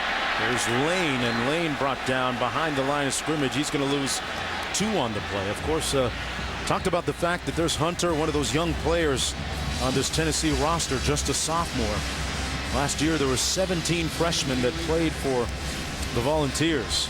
Saw significant time, and coaching young players can be a little bit more challenging when you have a team of juniors and seniors at it. And when they lost Hunter in that Florida game, we were talking to the staff yesterday, you could just see them deflate. And it's a young team, and I think the term that Derek Dooley used was, we don't have any competitive maturity yet. They didn't know how to bounce back from it. And trying to get some tonight. Lane brought down and facing some adversity as Jarvis Jones sacks them, and a loss of 5 on the play. As let's go downstairs to Heather on the field. Well, guys, Tennessee's Torin Poole, who had 7 first-half carries, injured his left hamstring. He was trying to give it a go by keeping warm on the bike. Then he put a neoprene sleeve on that hammy. His return has now been downgraded to questionable, which is why you're seeing them getting younger. Freshman Marlon Lane in his stead. Well, baptism by fire, and they're going to get some of that youthful competitiveness. 3rd and 16. Long way to go. Bray completes it to Lane. Dragged down short of the first down, or was he? Lane keeps going. Lane, touchdown, holy smoke! Rocky Top strikes.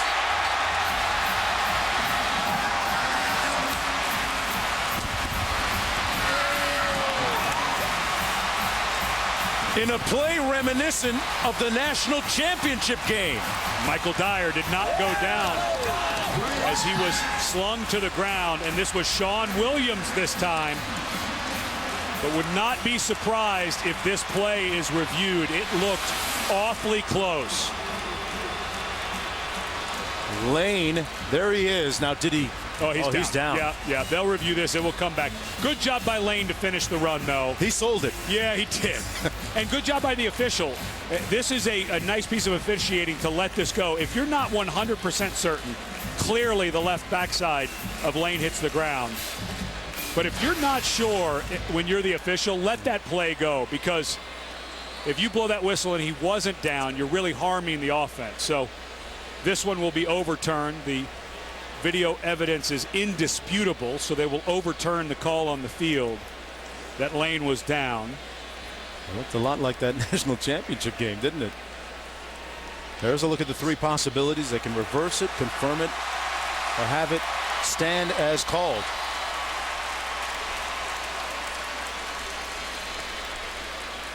And I believe it will be the top one, call reversed, which of course requires indisputable evidence. Let's take one more look at it. Yeah, you could see him bounce as he hit. So this is going to come back to the 47, 48-yard line. It's not like he was totally on top of Michael Gilliard, number 35, the Bulldog player underneath him. You're right, that was Gilliard. I thought it was Sean Williams, 36, the safety. Play being reviewed. And it will come back to 4th down and about a yard and a half. And I think this is a point in the game where Derek Dooley may want to get aggressive and go for it.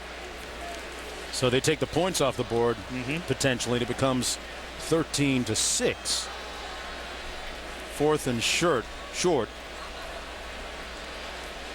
There was a little over 6 minutes on the clock.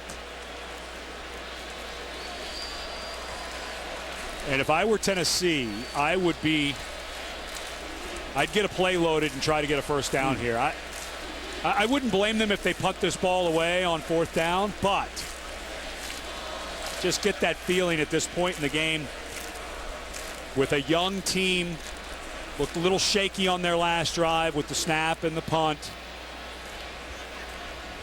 Wouldn't be surprised at all if Derek Dooley decides to get pretty aggressive here.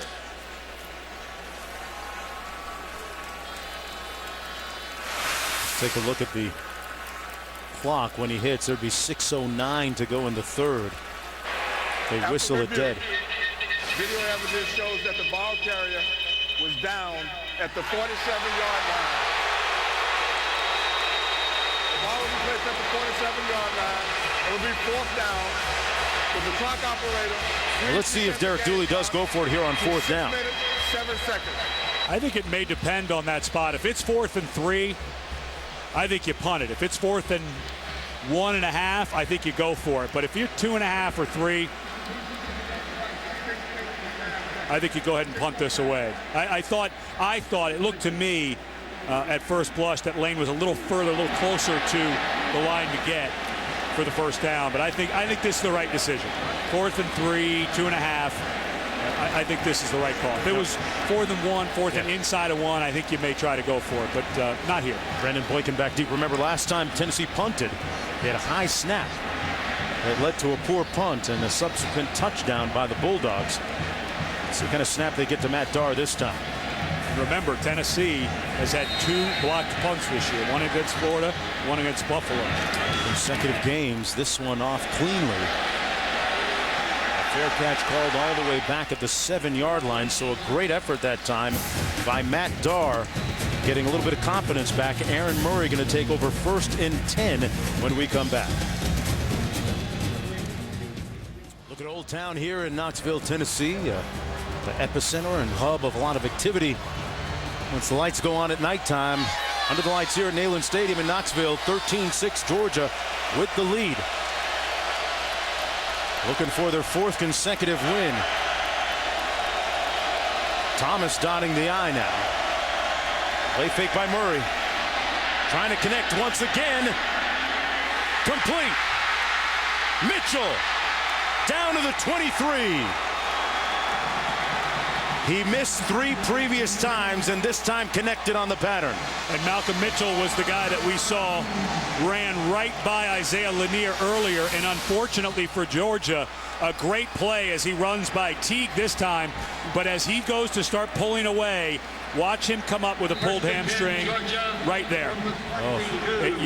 You know, you always talk about when you're looking at film, it looks like a guy gets shot. And right when I saw him try to stretch it out because it looked like he could score, you saw just that little glitch in his step. What a bummer for Mitchell. Nonetheless, down to the 22-yard line, a career-long catch for him.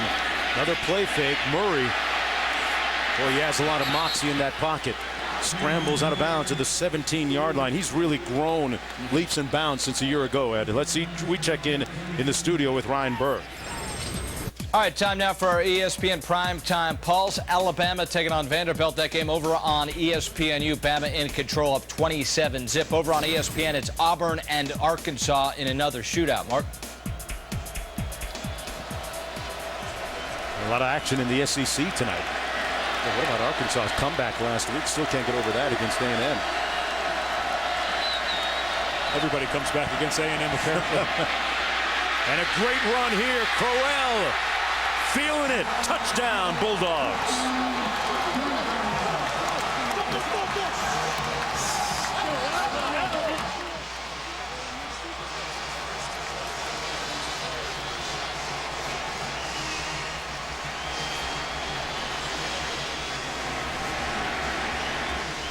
Set up by the 71-yard catch by Malcolm Mitchell. Both of them a part of what the locals at Georgia like to call the Dream Team recruiting class. They're paying off pretty well, but we'll obviously have to check on the health of Mitchell. Well, Mitchell getting his A.J. Green on, and Crowell getting his Herschel on. All right, I might be a little bit early on that one, but Let's anyway. give him Garrison Hurst at this point. It's all good for the Bulldogs, starting to bark a little bit. Back with more after this.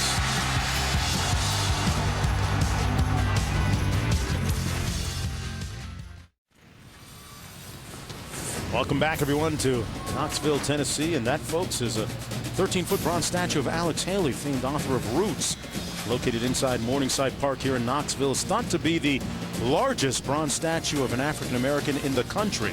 It's created by internationally acclaimed artist Tina Allen. The book, the movie, had a profound effect on the way that we view American history in this country.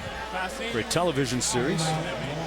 You know, going back to that 4th and 3 when Derek Dooley decided to punt the ball away. Now, you don't know that they're going to go that far that fast, but flip it over to the first half when Mark Richt goes for that 4th and 1 on his own 40.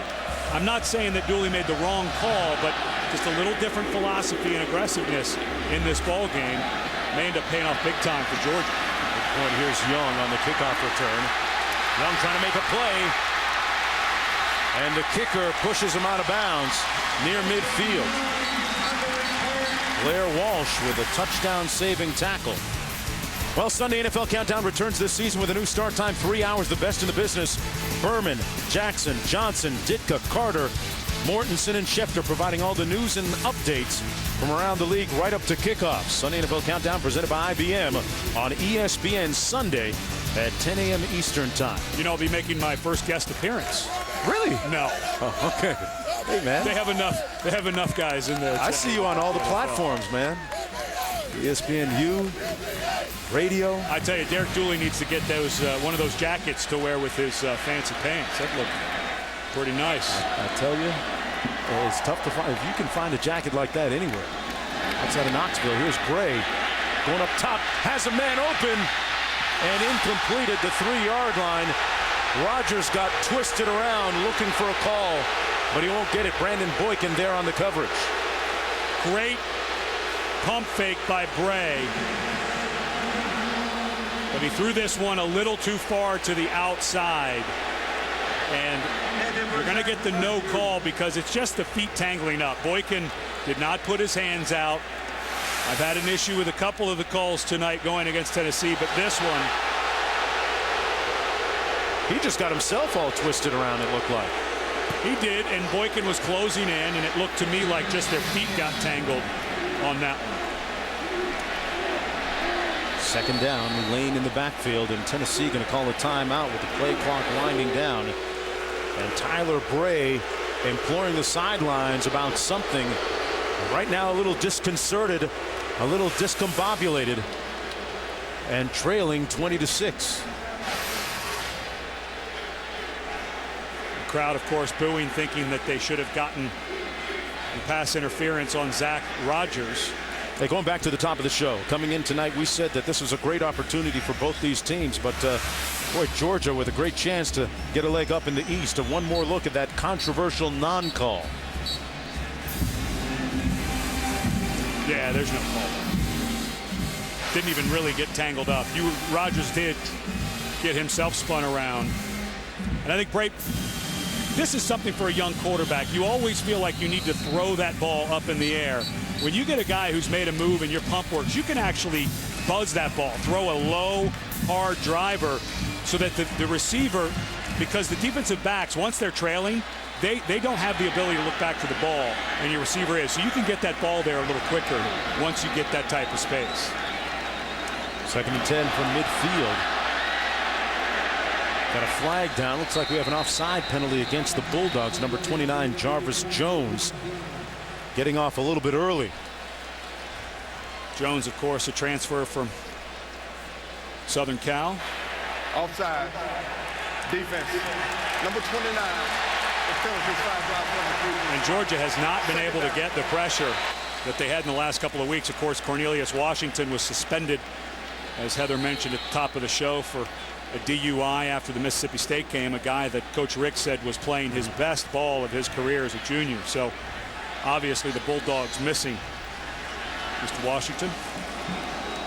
2nd and 5 after the penalty. Lane between the tackles, put the brakes on, and is brought down at the 41. It'll be 3rd down and short coming up for the Volunteers. Williams making the tackle. And with a torn Poole out with that bad hamstring, this is a guy, Lane, that they were hoping would start coming along. And I see something in this young man. He just always seems to be in control. He's got good speed. Lost a little bit of that confidence when he got into college football, started getting hit in the mouth a little bit, fumbled against Cincinnati.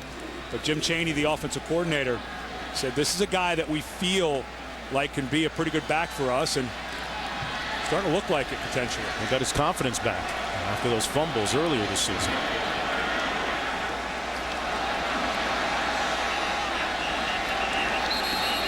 And a flag down before Lane has a chance.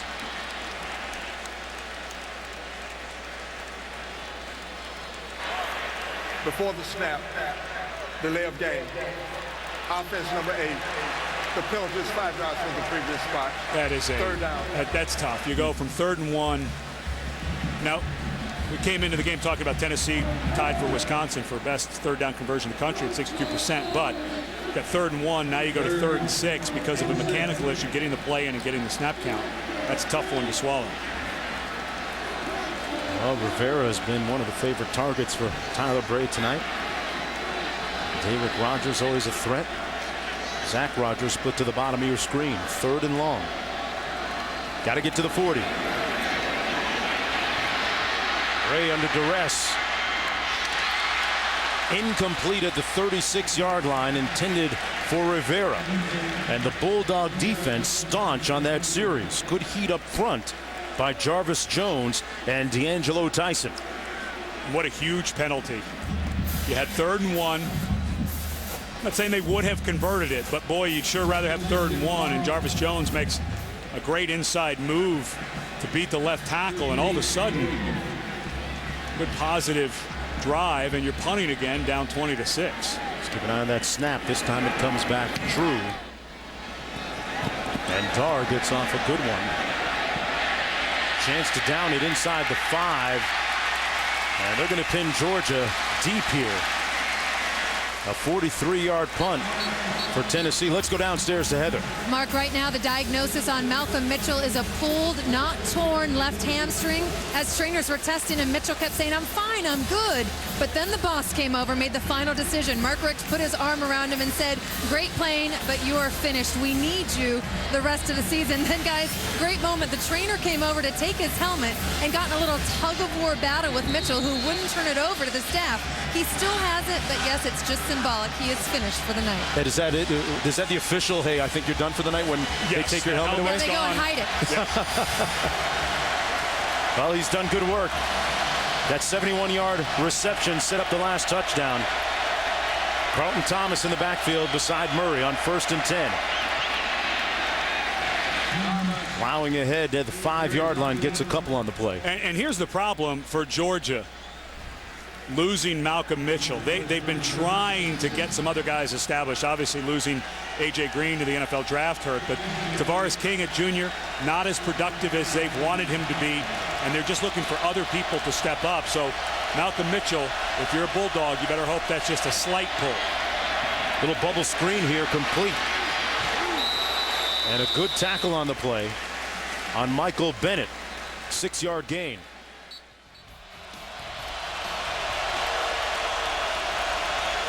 Third and 1.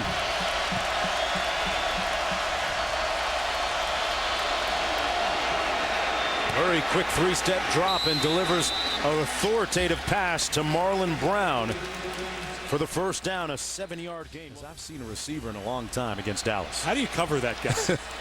He's a power forward who runs like a wide receiver.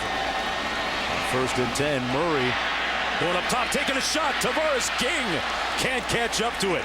That play has been open all night, Ed. And that play, if it's Malcolm Mitchell, not taking anything away from King, and of course, Aaron Murray upset with himself, but not taking anything away from King.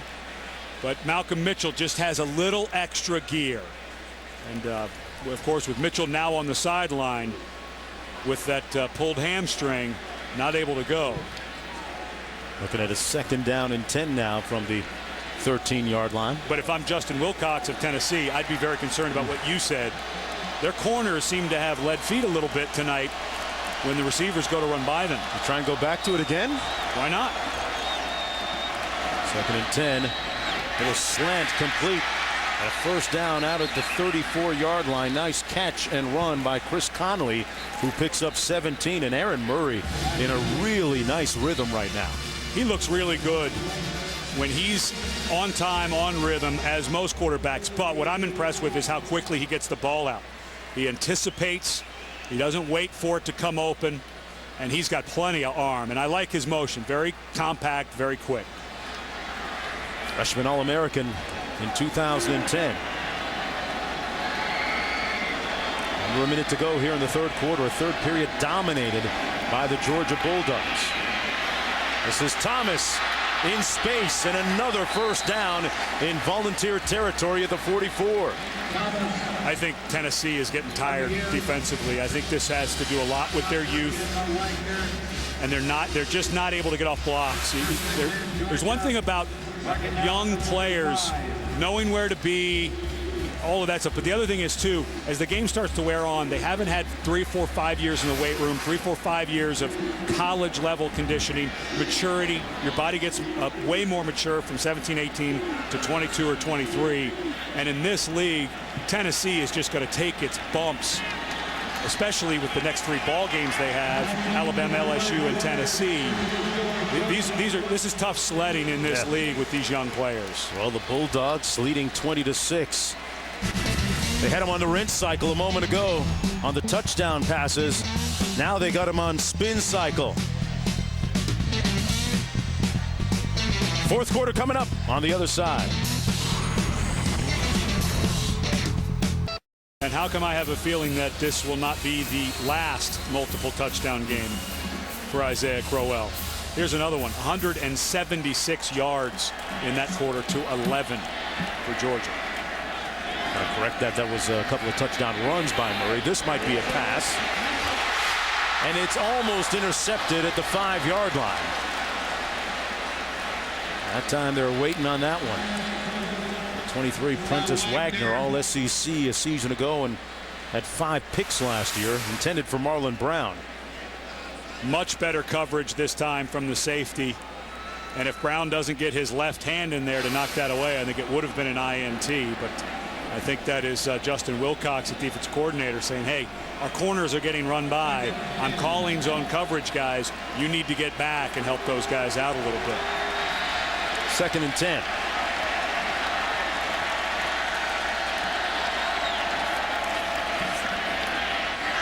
Murray with a dart to Tavares King. His progress going to be marked right at the first down marker. A gain of about 10 as we check. Okay, Ryan, and back here. First down and 10 for the Georgia Bulldogs. A win tonight for Georgia gives them a bit of a leg up in the SEC East. Murray completes it at the 25 and falling forward for another first down. It's Tavares King who picks up 11. Georgia with a very propitious, a very favorable schedule moving forward. They don't have Alabama, LSU, or Arkansas from the West. Florida looking a little shaky because of the quarterback situation, neutral site. And I think Georgia, forget those first 2 games. Of course, South Carolina, they kind of gave that game away. They had a fumble return for a touchdown, a fumble that set up a short touchdown, and an interception return for a touchdown. So even though South Carolina controls their own destiny because they've already beat Georgia, it's looking to me like they might be the class of the East. There's Carlton Thomas, and a lot of linen down on the field. A couple of flags for Carlton Thomas.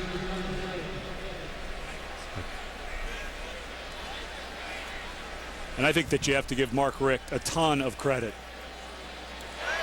Holding on the offense. Yeah, this one's number 81 going to come back to hold against Aaron White. In speaking with Richt earlier this week, you know, last year he took more of a pro style, an NFL style approach, fewer two-a-days, didn't really work his guys as strenuously as he did in previous years. And he said, in reflecting back on it, he didn't think it quite worked for him. This year went back to a more old school approach. And they're hitting more in practice. He has a lot of young players, of course, with Crowell and all these guys. But he also made a change in his off-season conditioning program, made a change at the strength coach position. And I think you're starting to see some of that pay off. Carlton Thomas took the hit, tried to keep going, finally brought down by Jaquez Smith. It was all freshman SEC last year. And the other thing that Mark Richt did, as he's looking to become just the third coach in the history of the school with 100 wins, is he chased some guys off. They have a saying they call energy vampires, people that suck energy from the program. And he just made a decision. We've got to have guys that want to be here, want to do it the way we want to do it. And he said he helped some guys out the door and really likes the chemistry of this team because of it. On 2nd and 21, another flag down, Crowell down. And back to that energy vampire phrase that you use. That's a term that they use, of course, and they actually nominate certain guys that have been negative on the energy side of the equation and put their picture up in the locker room. Players and coaches also eligible. Another hold against the Bulldogs. Well, you hear that a lot about a cancer on a team. And I'll never forget when I first got to the University of Washington. Of course, we ended up winning a national championship before I left. But I remember thinking, is this what college ball is like? We had a bunch of guys that didn't want to work hard, didn't want to go out and practice. And I used to think, wait, isn't this game supposed to be hard? And when those guys graduated and a couple of them got thrown off the team, you could just feel the energy of the team completely change. And I think that's exactly what Mark Richt and his staff are starting to recognize is we made the right move, changing out some of these guys. 2nd and 31, and another flag thrown as Aaron Murray dumps it. Well, Mark Richt's team in a good way right now on a 3-game winning streak coming into this game. Richt hired by none other than Derek Dooley's dad, Vince Dooley, former athletic director and coach at Georgia. Mark Richt, the former offensive coordinator for many years at Florida State University. Game's kind of come to a grinding halt here with the influx of penalties, 3 straight ones. On the offense, number 72. That penalty is 10 yards from the previous spot. They're backing this all the way up to Nashville before the series is over. So now if you're Mike Bobo, every offensive coordinator spends all week putting their board together for down and distance. I'm not so sure that he has 2nd and 41 on his call sheet. You think? No, I don't think he has that one. But to me, I think a screen, you pick up 20, 25 yards, and you are in field goal range. There's the draw. Crowell, and guess what? You guessed it, another flag. Orson Charles was in the vicinity of the tight end. I don't think I've ever seen a 2nd and 50 plus. Hey, we're getting there. The 4th straight flag against Georgia. And now for Tennessee, you have to be very careful. You get a team way back and you start to relax a little bit. But this game far from over. 11:38. You're down 2 scores. Offense number 7. That's against Orson Charles. And remember, Tennessee was harmed earlier in a field position where they had a snap over the quarterback's head. They had a bad punt. Now Georgia giving some field position back to Tennessee on 2nd. And let's just call it a half a mile. Okay. Not quite a country mile. I know we're in Tennessee, but now you got to be careful if you're Tennessee. You've got to protect for the long throw, but 15 or 20 yards will make a big difference on field position, down 2 scores with 11 minutes left in the ballgame. Well, Mike Bobo might not have a 2nd and 56 at Cunningham. You got one? How about a draw? Okay. I don't know. Or the screen pass. I'll call a screen here, just for fun. There's the handoff, and Samuel has nowhere to go. It's going to be 3rd and about 57 to go. And here's the other thing that these penalties have done. They've energized this crowd, which could then re-energize this Volt defense and their offense.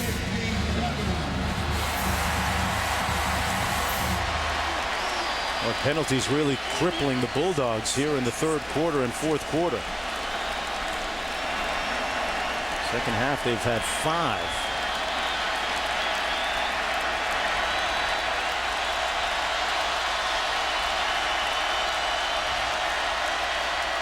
On 3rd and 57, they hand it off. I didn't misspeak, folks. I said 3rd and 57. You know, I've been doing this for 21 years, Ed. I've never said 3rd and 57 before. Mark Richt probably hasn't called many either. And, you know, these are the type of momentum things, mistakes. Do not be surprised. Butler, the punter from Georgia, has been punting here since the turn of the century, it seems like. He's never had a punt blocked. Wouldn't be surprised if Tennessee comes after this one pretty hard with a little new energy. There's only his second punt tonight, standing at his own 16-yard line, averaging 47 per punt coming in tonight. A low snap. Tennessee wasn't coming after him, and he gets off a nice punt all the way back to the 23. Young on the move. And that's going to be a late hit and a flag. Will tack on more yards.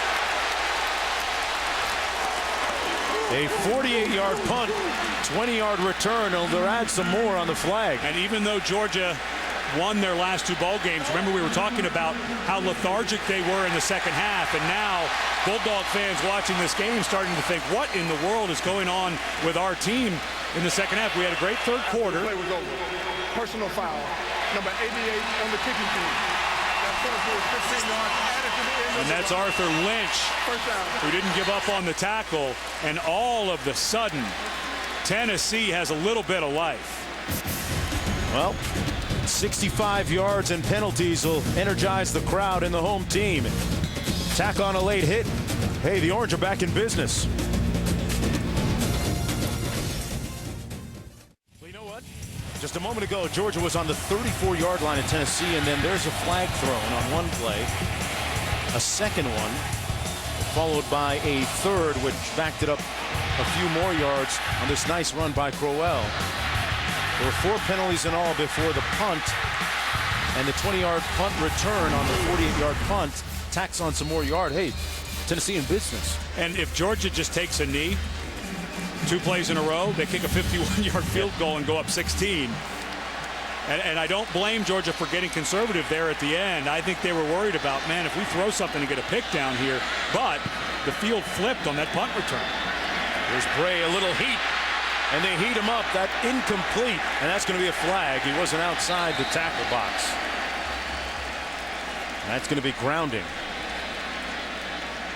Bray making the argument that there was a receiver in the vicinity. And I'm not so sure he's wrong. It looked to me he actually did have. Yeah, Marlon Lane was there. Marlon Lane looked like he was. Maybe they picked the flag up. Intentional ground on the offense, number 8. Or maybe not. That penalty is a loss of down at the spot of the foul. Second down. Well, now you have to get aggressive, and here comes Tennessee. Watch as he flips this. And there's Marlon Lane. Well, he was not out of the tackle box. I think that's the right call. 2nd and 25.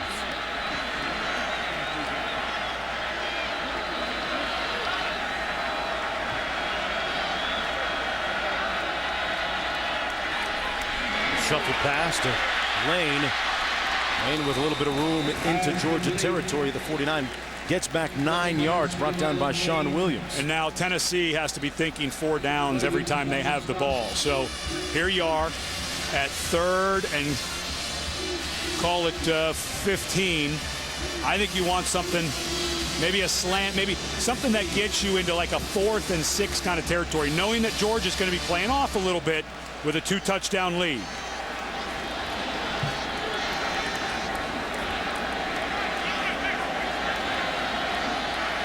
And I like this timeout by Mark Richt. Why? What is he doing? This is such a huge down. And I think what he has to do right now is tell his team exactly what we were just talking about with they're in 4-down territory now. And so I think he wants to bring his team over, settle them down. We've got a 2-touchdown lead, and say, guys, don't forget, they're going to go for it on 4th down. So I think this is a really good tactical move by Mark Richt. The Georgia defense doing a nice job tonight, limiting Tennessee to just 6 points. Offensively, what do you think has been the difference for them in the second half? They've gained almost 200 yards of total offense. Well, they got the running game going with Crowell. Mitchell on the long throw, I think, helped. And frankly, I think Aaron Murray's the real deal. His growth from last year to this year, he came in, a lot of people thought he was going to be first-team SEC. Now that they have a running game going, I'm really impressed with this young quarterback. I think Tyler Bray, has a bright future as well. But Aaron Murray just looks like one of those guys who feels the game. And you look at the numbers comparison between the two quarterbacks coming into tonight. Murray completing almost 62%, Bray at 69%, but so far advantage Murray. And Murray not only skillful, a lot of toughness too. Back in his senior year, broke his leg halfway into the season, came back at the end of the year to lead his Plant High School football team to a championship. 3rd and 16 for Tennessee. Bray incomplete at the 36, intended for Dayrick Rogers. That was not a good effort at the end of the play by Rogers. You know, when we were meeting with Jim Chaney, he was talking about how bright a guy Rogers is, but sometimes they fight with his focus. And to me, he's got to be laying out for this ball. And I don't think you punt this one away. I know it's crazy, but you're at 8:43 down 2 touchdowns. I know it's 4th and 16, but I just think the ball game's over if you punt this thing away. Dar runs from his 41, gets off a towering spiral and into the end zone, so it comes back out to the 20. A 49-yard punt, but just a net of 29. The Bulldogs leading by a couple of touchdowns when we come back to Knoxville. I don't know that there's any fast way out of this wonderful building that's so close to the river. Only really one way out.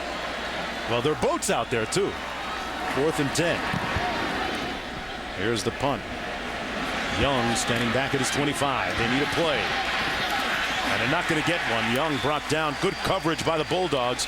A 55-yard punt by Butler. One of the best, maybe the best in the SEC. -3 on the return. And give credit to Justin Wilcox and the defensive staff for Tennessee. When Tennessee punted that ball away, I made the comment that I felt like the game would be over. But they come out, a Georgia offense that has been moving the ball at will. There's Wilcox right there in the middle. Of course, was hired out of Boise State last year. And Tennessee offensively struggled so much here in the second half, but when challenged, his defense came out and got the ball back. Now it's about hurry up. Tennessee with only 5 total yards here in the second half. Bray adding to that total with a nice pass and catch. Dayrick Rogers with the first down out near the 39. I wonder if the war of the Twitterverse is going to pick up steam with Rogers and Bakari Rambo after this one. I actually think it was a Facebook fight. Was it a Facebook fight? Yeah, oh, okay. Okay. Rambo criticizing him for switching his allegiance before signing day. That pass incomplete, intended for Michael Rivera. And then Dayrick Rogers responding on Facebook saying, "Who's Bakari Rambo?"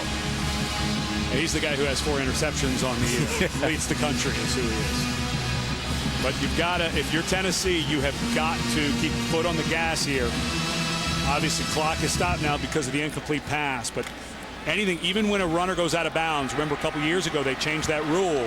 The clock starts when the ball is reset for play when you're outside of 2 minutes. So pick up your pace. Bray downfield, wide open. Rogers in space where he can be lethal. Brought down to the 44-yard line by Sean Williams, and now Tennessee trying to put that tempo up a little bit, get it moving a little faster. Bray calling out the play. And the big guys up front for Georgia, they're 300+ pounds across the board. A lot of hands on hips. Going to have to rotate. Remember, Cornelius Washington not here, one of their best pass rushers from outside linebacker. Bray with tons of time, looks underneath, wide open underneath to Lane, and Lane steps out of bounds. First down, picks up 14 yards, 5:19 to go. And Bray doing a really good job of getting everybody going. People, you know, a lot of times they go, oh, we went out of bounds, they're going to move. But every second is going to count here for Tennessee. Good job. They've used up less than a minute on this 4-play drive, moving it quickly and efficiently. Underneath again, Lane. And a good open field tackle. Boy, what they wouldn't do for a tearaway jersey right now. Lane brought down by his jersey by Gilliard. And I'm not sure that Bray did not hurt his right hand on this. He took a hit and he got up and it looked a little limp. Now watch if he can. Yeah, he's looking at that right thumb. Let's see if this ball comes out a little bit funny. Oh, he hit the helmet. Oh, that hurts. Right into Christian Robinson's face mask. And that pass incomplete. A wobbly pass. He's done. Yeah, I think, boy, that whenever a guy, when you snap that ball off and it hits someone's face mask, whether you broke a bone or not, it can go numb instantly. And I think that we're going to see Matt Simms have to come into the game. Yeah, I don't think that Bray can handle the ball right now. Yeah, he's really favoring that throwing hand of his. One more look at where it was hurt. Right on the helmet. Oh, and it looked like his thumb went right into the face mask of Robinson. Matt Simms coming in a very tough situation. Completes his first attempt to tight end Downs. Brendan Downs short of the first down. It's going to be 4th down coming up and about 2 to go. Simms was the starter for a part of last year up until about the midway point before he was supplanted by Tyler Bray. And everyone has talked about what a good guy he has been and has himself ready every single game. Let's see what he's got here on this 4th down.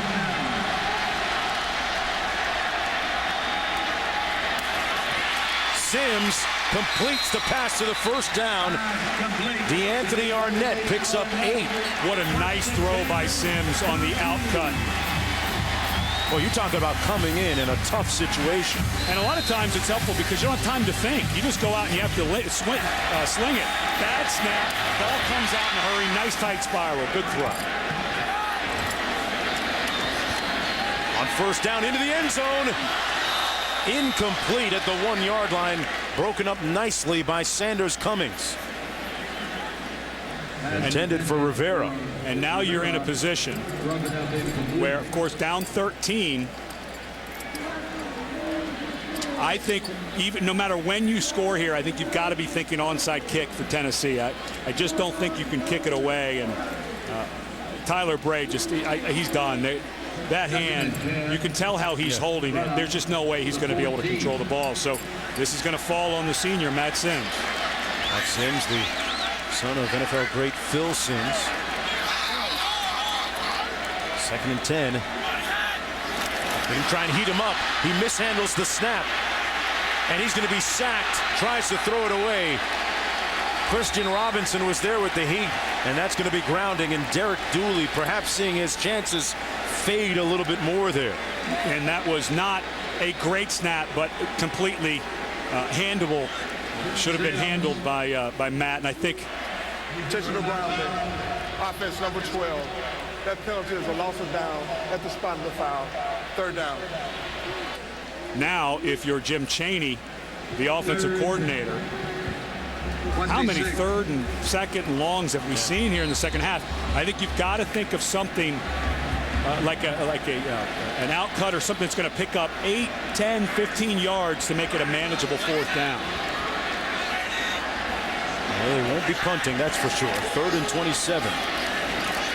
Simms is given time this time. Completes it at the 21, so they got 17 yards to go on 4th down coming up. And the clock running. And if you had 3 timeouts, you'd take one. You don't want to have to rush this play. But to me, this kind of feels like a fade to Derek Rogers down here at the bottom, potentially. This is it for Tennessee. They need to convert or it's lights out. Into the end zone. Caught at the 1-yard line. Rivera. What a completion and throw and catch by Simms. Good read by Simms.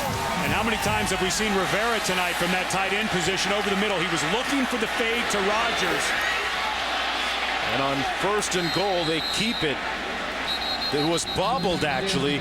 Georgia indicating that they may have recovered. Simms kept it himself. It's going to be 2nd down and goal. Still with 1 timeout remaining.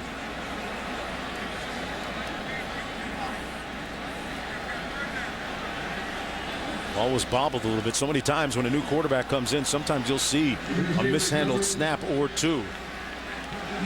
And Tennessee, I think, wisely took that timeout. You know, that was I don't like that call, running that ball with the clock running down. I think you have to throw it each time on these 4 downs from the 1 yard. If it takes 4 on these 4 downs to throw it. Right now, it's a tale of 2 quarterbacks. Matt Sims coming in on relief of Tyler Bray, and Bray watching from the sidelines, disgusted.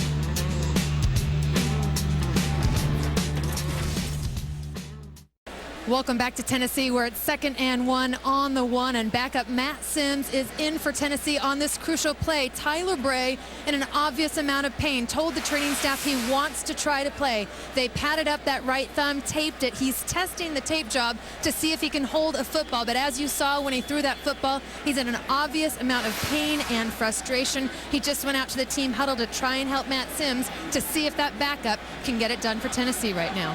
When a quarterback throws the ball, they snap their thumb down, and it comes with so much velocity, and then you have a defender coming against that hard helmet or face mask. I wouldn't be surprised if it's broken. 2nd and goal. Sims keeps it again. This time getting into the end zone. Touchdown balls.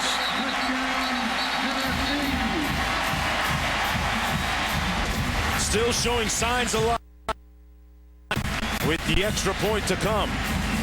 And Matt Sims did a great job showing tremendous leadership under duress here. And that throw to Rivera, the tight end, they were trying to set up the fade to Derek Rogers, was completely covered. He comes off of that, comes back to Rivera, throws a nice ball, but Rivera made a wonderful catch. What a play. And what else? We got a flag thrown here. Been a bunch in the second half.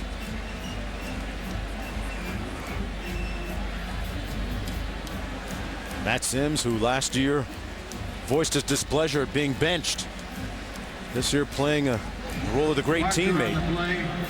Spent the last 2 summers as a camp counselor at the Manning passing camp. Talked about what he learned about just being a guy. And on the defense, that penalty is refused. We'll have the try. And how much he learned from the Manning brothers about how to handle yourselves, how to handle yourself being a quarterback at Tennessee, of course, from Peyton. Oh, and it's blocked. An egregious circumstance for Tennessee that leaves the margin at 8 as opposed to 7. A team that has struggled in the kicking game of late, taking a little bit of a hit right here. A costly block on the extra point. No good. Tennessee still with a little life, though, when we come back. The extra point a few moments ago makes the margin an 8-point game. How significant is this? It's huge. Bruce Figgins, a guy who's a fullback, was a tight end, comes in at 6'4". Ball's kicked a little low, but give Figgins credit. But now, for Tennessee, they've got to do the onside kick. If they get it, you go down and score. Now you have to go for 2. The problem is going for 2 is about a 50-50 proposition. So now, instead of being in a position where a touchdown and an extra point can put you to overtime, now you need that 2-point conversion. First things first, though, you got to get the onside kick. Well, Tennessee had a punt blocked in the last 2 games in a row. Now they get an extra point gaff, which leaves this game as an 8-point differential. They loaded up on the right. The left foot, though, they get a great bounce, but it goes too high and out of bounds. Well, that's a mechanical error by Pilardi. They didn't even get a chance to field it. It's a bad angle. He kicked it well. He got it down on the point right away, and it jumped right up in the air. And I think this has everything to do with what Derek Dooley and his staff are dealing with. Is just they have so many young players. You can coach them up. You work that onside kick 1,000 times in preseason, and then a mechanical error by a young player doesn't give the opportunity to make. That's a difficult proposition even at the best of times, isn't it? That onside kick. But just a bad angle. This ball has, it's like throwing a sideline route out of bounds. That ball, the only chance you have it if you're Tennessee is if that ball stays in the field of play. So just a bad angle by a young kicker, and I think that's what's going to plague Tennessee. But give them a ton of credit for not folding up their tent and going home. They did the same thing at Florida. That game could have gotten out of hand, but they stayed in there. They fought. They made it a 10-point game at the end. And, these young men are not giving up. They're just very young men. First down and 10. Crowell gains a couple of yards. Martin makes the stop. Let's go back to the studio. And Ryan. Isaiah Crowell just came off a little gimpy. Little surprised that he's in the game. This young man's been beat up tonight with the right wrist and that ankle. He's been gimpy since about 2 series ago. Take his helmet away. I don't know why you'd want him in the game. They're down and 9.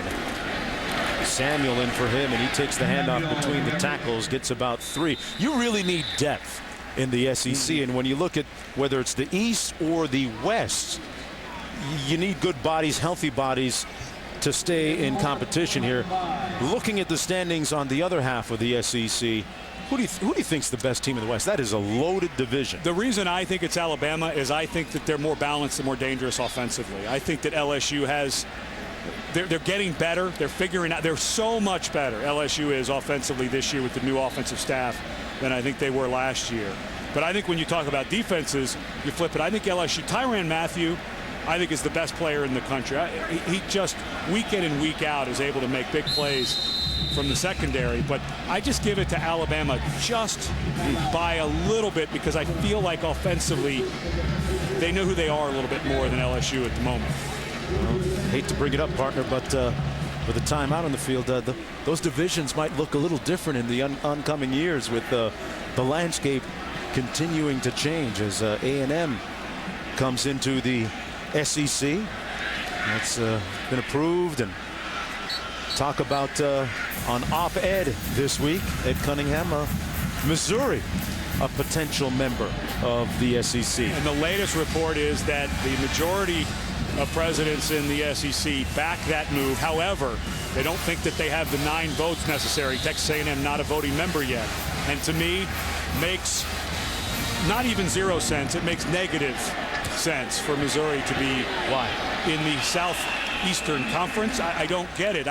I didn't major in geography. Yeah, but to me, I start to think about some of these changes going on in college football. And at some point, we have to say the regionalization for all the other sports but football do matter. And also, for me, if I'm Missouri, I don't know why it makes sense if I'm the Tigers to come into this league. Where does your football team fall on the ladder in the SEC right now? 8th, 9th, 10th? Somewhere in there? I just don't see how it makes sense. First and 10, and Tennessee with the ball, clock winding down, out of timeouts. Time to chuck it deep. Sims back in the game again and throws it out of bounds. Intended for Arnett with 12 seconds to go, and Mark Richt on the brink of win number 100 at Georgia. And what a satisfying one this is going to be, improving them to 4-2 overall and snapping their 2-game losing streak here in Knoxville. Last 2 times they played here, they were blown out. And what a recovery from that 0-2 start. Again, they've already lost to South Carolina, so they're tied with South Carolina in the East. South Carolina controls their own destiny, but when you stack up their respective schedules going forward. And a sack on Sims back at the 18-yard line by Jarvis Jones, the leading tackler for the Bulldogs coming into the game. And these dogs got a little bite tonight as Mark Richt getting the Gatorade shower with his 100th career win. Embraced by his players, virtue of the 20-12 win as they improve to 3-1 in the SEC. The freshman again responding tonight, Isaiah Crowell. And once again, our final score, it's 20-12 for the Bulldogs. Coming up next on ESPN2 College Football Scoreboard, Brett Cunningham and the rest of the crew, I'm Mark Jones. Right now, we send it back to the studio.